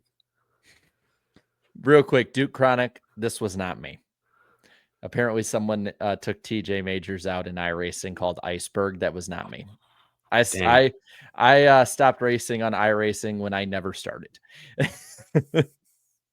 Robbie here for the 5 says, you guys need to make Eric's freeze frame a sticker. I don't know if you saw it, Eric, but like I did. You had a great freeze frame when I'm actually gonna retweet it. Someone had gave it to us on Twitter. We need to put that in the chat, Jarrett. That's what we need to have. And he also puts for 5 accountability segment guests from the chat as Eric's internet will go out at least 6 more times this year on NWP. I'm not going to make that prediction because that's something that Eric can work against me on and know. And like, I'll just stop showing up. Fair and square. All right. Like, yeah, I wish it was just internet problems. Instead, it's like it sounds like it might be more expensive. Computer just saying, "I need sleep, sir." I think it's going to be a little more expensive than just internet. Beast of Metal 1989 for 10 says, trusting NASCAR, a sanctioning body, I think that's what I meant, that has repeatedly shown it loves red tape as much as it hates auto racing to correctly enforce avoidable contact calls is one of the most brain dead takes I have ever heard. Ooh, strong opinions. I mean, is he talking about like when Hamlin and Harvick talked about like any and all contact? Because I think we agree that we don't want to see all avoidable contact penalized, just the really most egregious stuff. And we talked about earlier, NASCAR already has to enforce self-policing and make some very questionable gray area calls there. Like there's going to be a gray area call no matter what route you go. You just kind of have to pick your poison there. I think this might be more aimed at us based on the second one he has. He says, Sammy Smith aside, nothing I saw was far enough out of the line to act like a series you people have been praising for years is suddenly devoid of worth. Whoa, nobody said the Xfinity series is worthless. Whoa. Well, and I'll push back on the sense that the Xfinity series this year had a huge turnover of drivers, especially a lot coming in from the truck series, and a lot of the better ones moving on up to Cup. And we knew that we were going to have a lot of these issues, maybe not this egregious, but we knew we were going to have a lot of these issues. And a lot of these people, that have moved on since and I get it. Sammy Smith was in the Xfinity series in previous years. So was Austin Hill, others like that, but let's not pretend that they were the only ones in the field doing stupid things. Like there was also a lot of guys that were in the truck series that have since moved on to Xfinity and Cup that do stupid things too. Let's see. T Spats 54 says, as a Midwest short track driver, drivers are sent to the back for being involved regardless. Races up here are clean, and it's a couple rule changes we have. Also, Jarrett Rockford was my home track. RIP. I know, RIP, man. And it sucks. It sucks that it's gone, but I think that could be something if it continues to be out of hand to this degree and NASCAR can't fix it with any other things that they do and drivers and anyone else can't fix it. But I don't want to change too much. By the way, Danny, I think I'm hearing some like feedback or something. Like I think you're typing or something I can hear. I'm just letting you know. I was just hearing on my end. You're hearing me type. I'll mute for a second while I type. I'm just typing in my predictions, so they're ready for you later. Thank you. That way I don't have to chase after you guys. I forgot to give them to you last week, and I apologize. Nah, don't worry. I looked back and made sure. All good.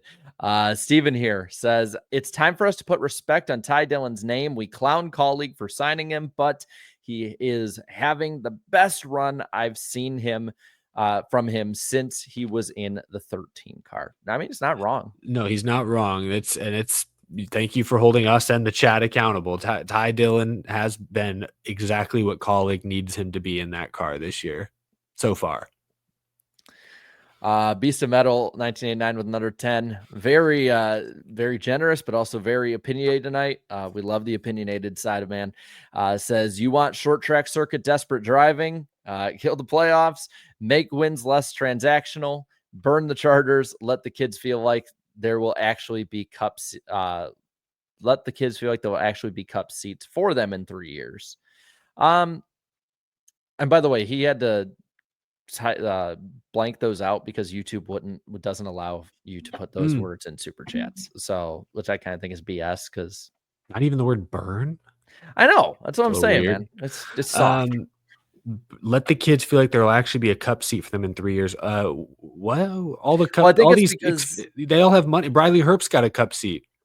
Well, I think it's the idea is that there is a finite amount of seats now in Cup with 36 charters because that's pretty much the only ones that will ever be able to run every week. But I just think that the charters are so ingrained in the system now. So many teams would actually probably go under if they were taken away. Yeah. Just because there's no fallback. The playoff side of it, I can agree with, and I get that I stand on one side of the aisle with it. But I do think, especially in the lower series, it enforces that desperation so much, and they don't have the experience of a lot of the Cup guys, and even they do stupid moves up there. I mean, we've seen a lot of dumb moves Cup guys have pulled because of that stuff. I mean, we have the playoff committee coming up, and well, the big thing is winning you're in. That's the thing that's like, it leads to a lot of this desperation. So if that got nixed, which I'd be okay with, or if NASCAR just says, hey, you can't plow through someone for the win, which is basically what they said this week, I think that fixes it too, but I guess time will tell. Let's see what else we have here. Brian says, doing my party for the channel, gents. He meant doing my part. Oh, thank you, Brian. I appreciate it, man. Fred Dog 81 for the 5 says, thoughts on the 11 against the world banner. For once, Hamlin had the crowd behind him and he threw the goodwill away. Even Fox questioned the move. I think it was Mike Joy. He was heard saying like, really? Or something like that. Harvick didn't like it either. Yeah, I mean, I think it's a little cheesy, Harvick but actually we talked about it a little bit earlier, Fred Dog, but I think Danny and I both agree it was a little cheesy, a little cringe. My take was that I like Hamlin leaning into that, antagonistic role. Like, yeah, some more fans seem to be cheering him than usual, but like, he said it after the race, talking smack, that fuels him. And there are still, even if there weren't a ton in that crowd that day, there are a lot of Denny Hamlin naysayers out there. Jarrett, you called him, I think, an anti-hero. That's fair. Mm-hmm.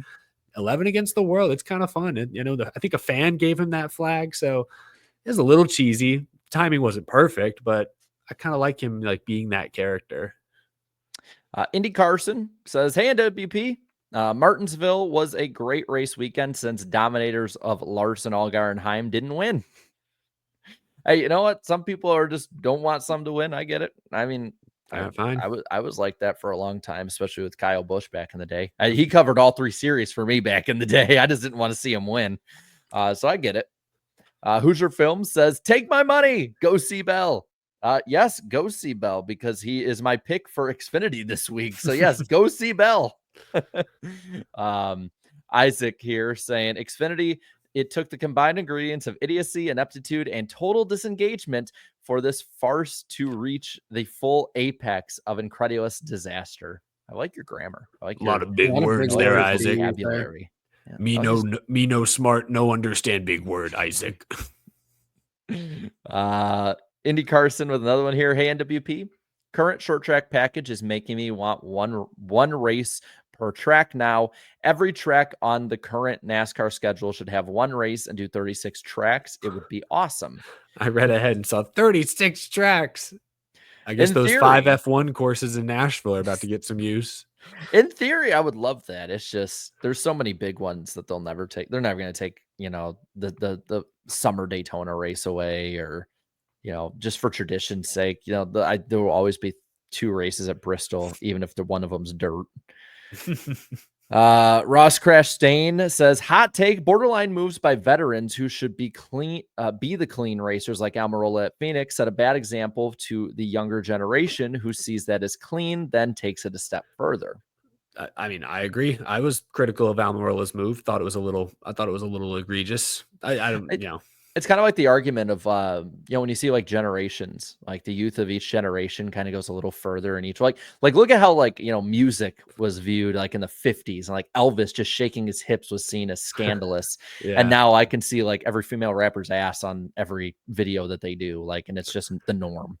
Like it's kind of like that cultural shift over time. And that's what you have with the driving standard. That's fair. That's a good way to put it.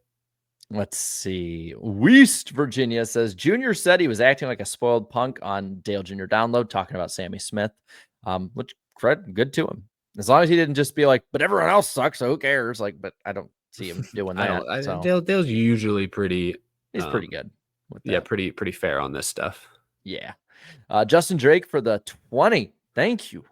Says this weekend's Xfinity race was as toxic as an iRacing Martinsville Carb Cup race, but with the drivers having the personality of the screaming 9-year-olds in GTA.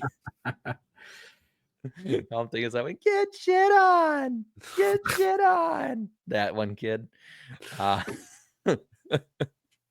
Daniel here with the 20 says, last year's Martinsville race, NASCAR doesn't want manufacturers or teams not to manipulate the race. NASCAR should take their own advice. Don't throw the yellow when you want to throw the black flag when you need to. I see. It sounds like they're just criticizing caution calls earlier in the year, which yes, I think some of them have been wrong. I probably read it a little bit wrong too, so my bad on that one. Dylan for the 5 years says Ryan Preece and Chris Buescher will both win this year, but not Bad Brad. Right now they're both in playoff spots, but Brad is sadly nowhere to be seen. Ryanidis, I think is how you say it, for the Canadian 2, says they need to set up a boxing ring at Martinsville. Hell yeah, man. Not in the infield care center, apparently. Somewhere else. No, next to the hot dog stand. Yeah. I'd be down. Dude, I could buy a hot dog and then watch a fight front row. Hell yeah, man. I'm down. Best $2 you've ever spent? Yeah. Hell yeah. My freaking arteries would feel it for 20 years, but damn right. Daniel here with another 5 saying cool about Prime Video to do the Kyle Larson documentary for his attempt at the double. Well, they recorded last year's too. Yeah, I wonder if that footage will ever air because it was so disappointing. I think they're gonna do both because it's like they probably built up a lot to build into the hype of like, unfortunately, it didn't happen. Stay tuned. They're gonna break it up into a 2-parter like they do with every major franchise. Oh God! Thanks, Harry Potter. That's your Kyle legacy. Larson in game. Justin Drake for the 2 says Terrible Herps is not just a sponsor. Damn. Brutal. West Virginia Legacy 44, driven by Kaz Grala incoming. Pretty sure he's a developmental driver for them, or at least a reserve driver. Sorry for Heim, though. I mean, I could definitely see if they get a third chartered 44 being the number that they use, and ultimately NASCAR would tell NY Racing, like, you barely show up given that number. They're like, buzz off, kid. Damn.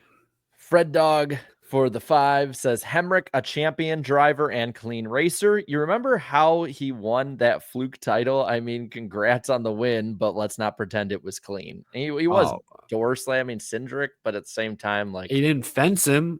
No. I think my thing is, like, door slamming is not dirty driving. Like, if we're gonna call that out and be all upset about it, let's be upset with the Craven Bush finish. He didn't win it the same way Almirola beat Bowman at Phoenix. So it was less egregious than Almirola's move. It was far less egregious than Sammy Smith's move. That, I guess it's all relative. And like Jarrett talked about earlier, culturally our standards have continued to plummet year after year. We fall into degeneracy. Yeah. You know, what's the phrase Slap Shoes always says is reject modernity, embrace tradition.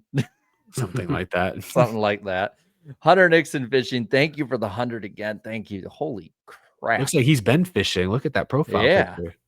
I like it. Well, yeah, and he puts tuning into NWP on Wednesday night, and especially my Braves are currently 0-6. Okay, so Eric, you're more we're giving him something better to do. Well, Eric's more in tune with baseball. What happened? I thought the Braves were really good last year. Like people are picking them to make it to the World Series, or at least battle the Dodgers. And I went to a Braves game last year. They beat the Phillies. I mean, it was a good showing. No, the Braves are usually pretty good, but I guess I don't know who they've played and why they're 0-6. But that's really rough. So hey, Spencer brings up Braves are winning 5-3 right now in the 7th. So there's time to blow it. I forget, but there's so many games left. I think it might have been Milwaukee. I saw a random tweet from them show up on my Twitter, said the game is now over. And then I was like, looking through, it was like what people were saying, like, pretty sad. And I was like, one person said, like, we scored 9 points. That means we won, right? Looked at their score. They lost to the Yankees 20-9. Did you just call runs points, or did they? I don't know. I'm not that big. I'm not that big into baseball, so. Oh no, Eric crashed out. He did. But I hope the Braves do better for you, man. I have nothing against them at all. Wizard King Nick for the 5. Fun fact: my dad knew Dale Sr. Unfortunately, I never got to meet him. All I have is a photo. My grandpa, who was a Senior fan, got a photo with them. That's really cool. That's a really cool fact to have. And then Eric crashed out. Yeah. Let's see what else we got. At least he didn't have an angry crash out on us. Let's see what else we got. West Virginia for the 5 says Steve gave us the choose drone, and I will love him from that. Remember that? Remember they had the choose drone at like the Bristol dirt race? Oh yeah. I was like, choose drone. Was it misspelled? Oh yeah, choose drone. Justin Drake, I feel bad because Eric just crashed out of the stream. But Eric, when you mentioned every commissioner getting booed, my mind immediately went to the NHL and Gary Bettman. That dude gets so much deserved hate from NHL fans. See, I'm not even a hockey fan, and I know he's screwed over hockey fans. I just realized someone suggested earlier that one of us should have said something about Eric crashing out a few more times before so-and-so. You could have already had one building up to it. I'm not going to put that bad juju on me. I don't want to put that on don't put that evil on me, Ricky Bobby. West Virginia for the 2 says Rick Ware Racing merges with RFK. Give us RFWK. Or RWRFK. Roush Fenway Ware Kozlowski Racing. That's just word salad racing. Ross Crash Stain for the 5 says this lawsuit seems pointless because there's still a chance NASCAR gets rid of the charters because of the 2311 lawsuit. I'm assuming that's probably not going to end up happening, getting rid of them just in the moment. It's one of those I'll believe it when I see it things. Daniel with another 5. I care about the championship race. Bring back Homestead or use Las Vegas or Kansas. I would rather watch championship at Pocono. LOL Phoenix. Yeah. Pocono honestly has had some pretty good races as of late. I think it's overhated. I used to hate it as a kid, and then I started like really liking strategy races more.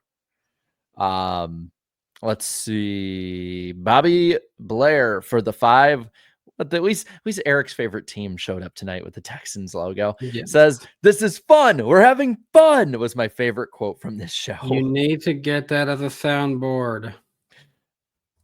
Hold on. I'm gonna put that down now. This is fun soundboard. All right. There we go. I have it written down. Hoosier Films for the 2. Any Full Speed 2 release date? I believe it's like the end of April. That's the Netflix one, right? I don't even know if they said it if it's coming out or not. They said, I think they said it'd be the end of April, if I'm not mistaken. Let's see what else we got. Isaac for the 5 says, did moving Throwback Weekend away from the Southern 500 kill some of the team's desire to participate?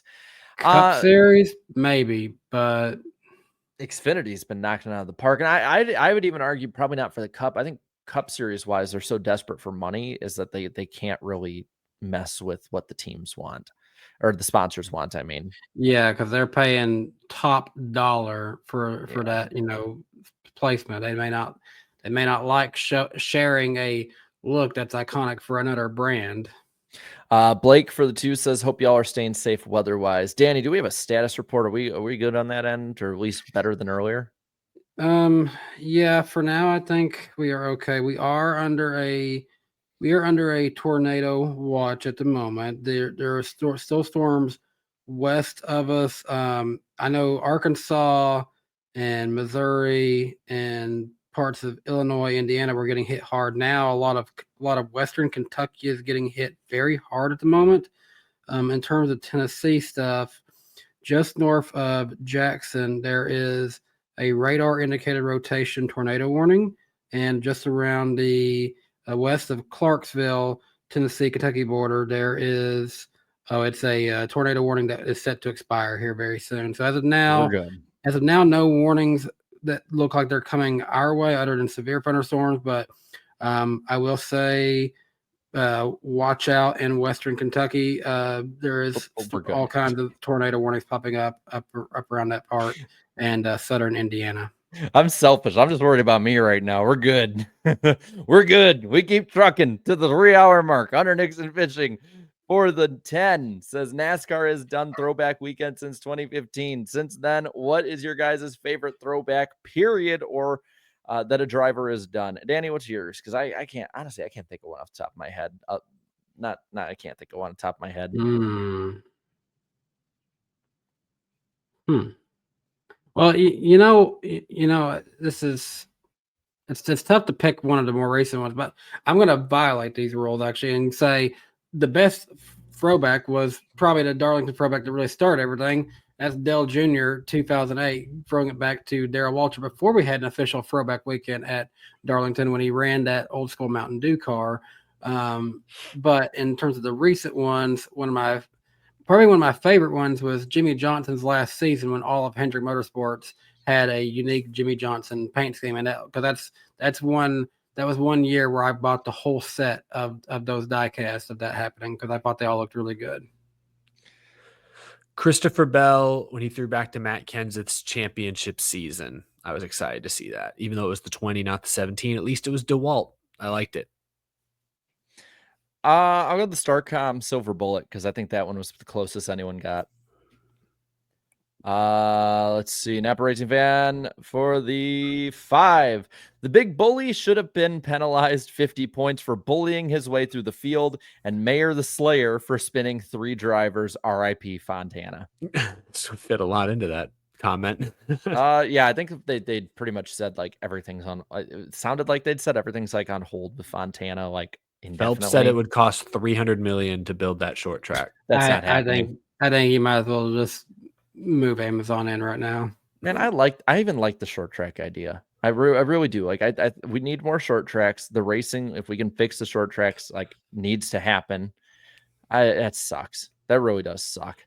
We had the writing on the wall for a while. I know a lot of people give us the "I told you so," but I believed.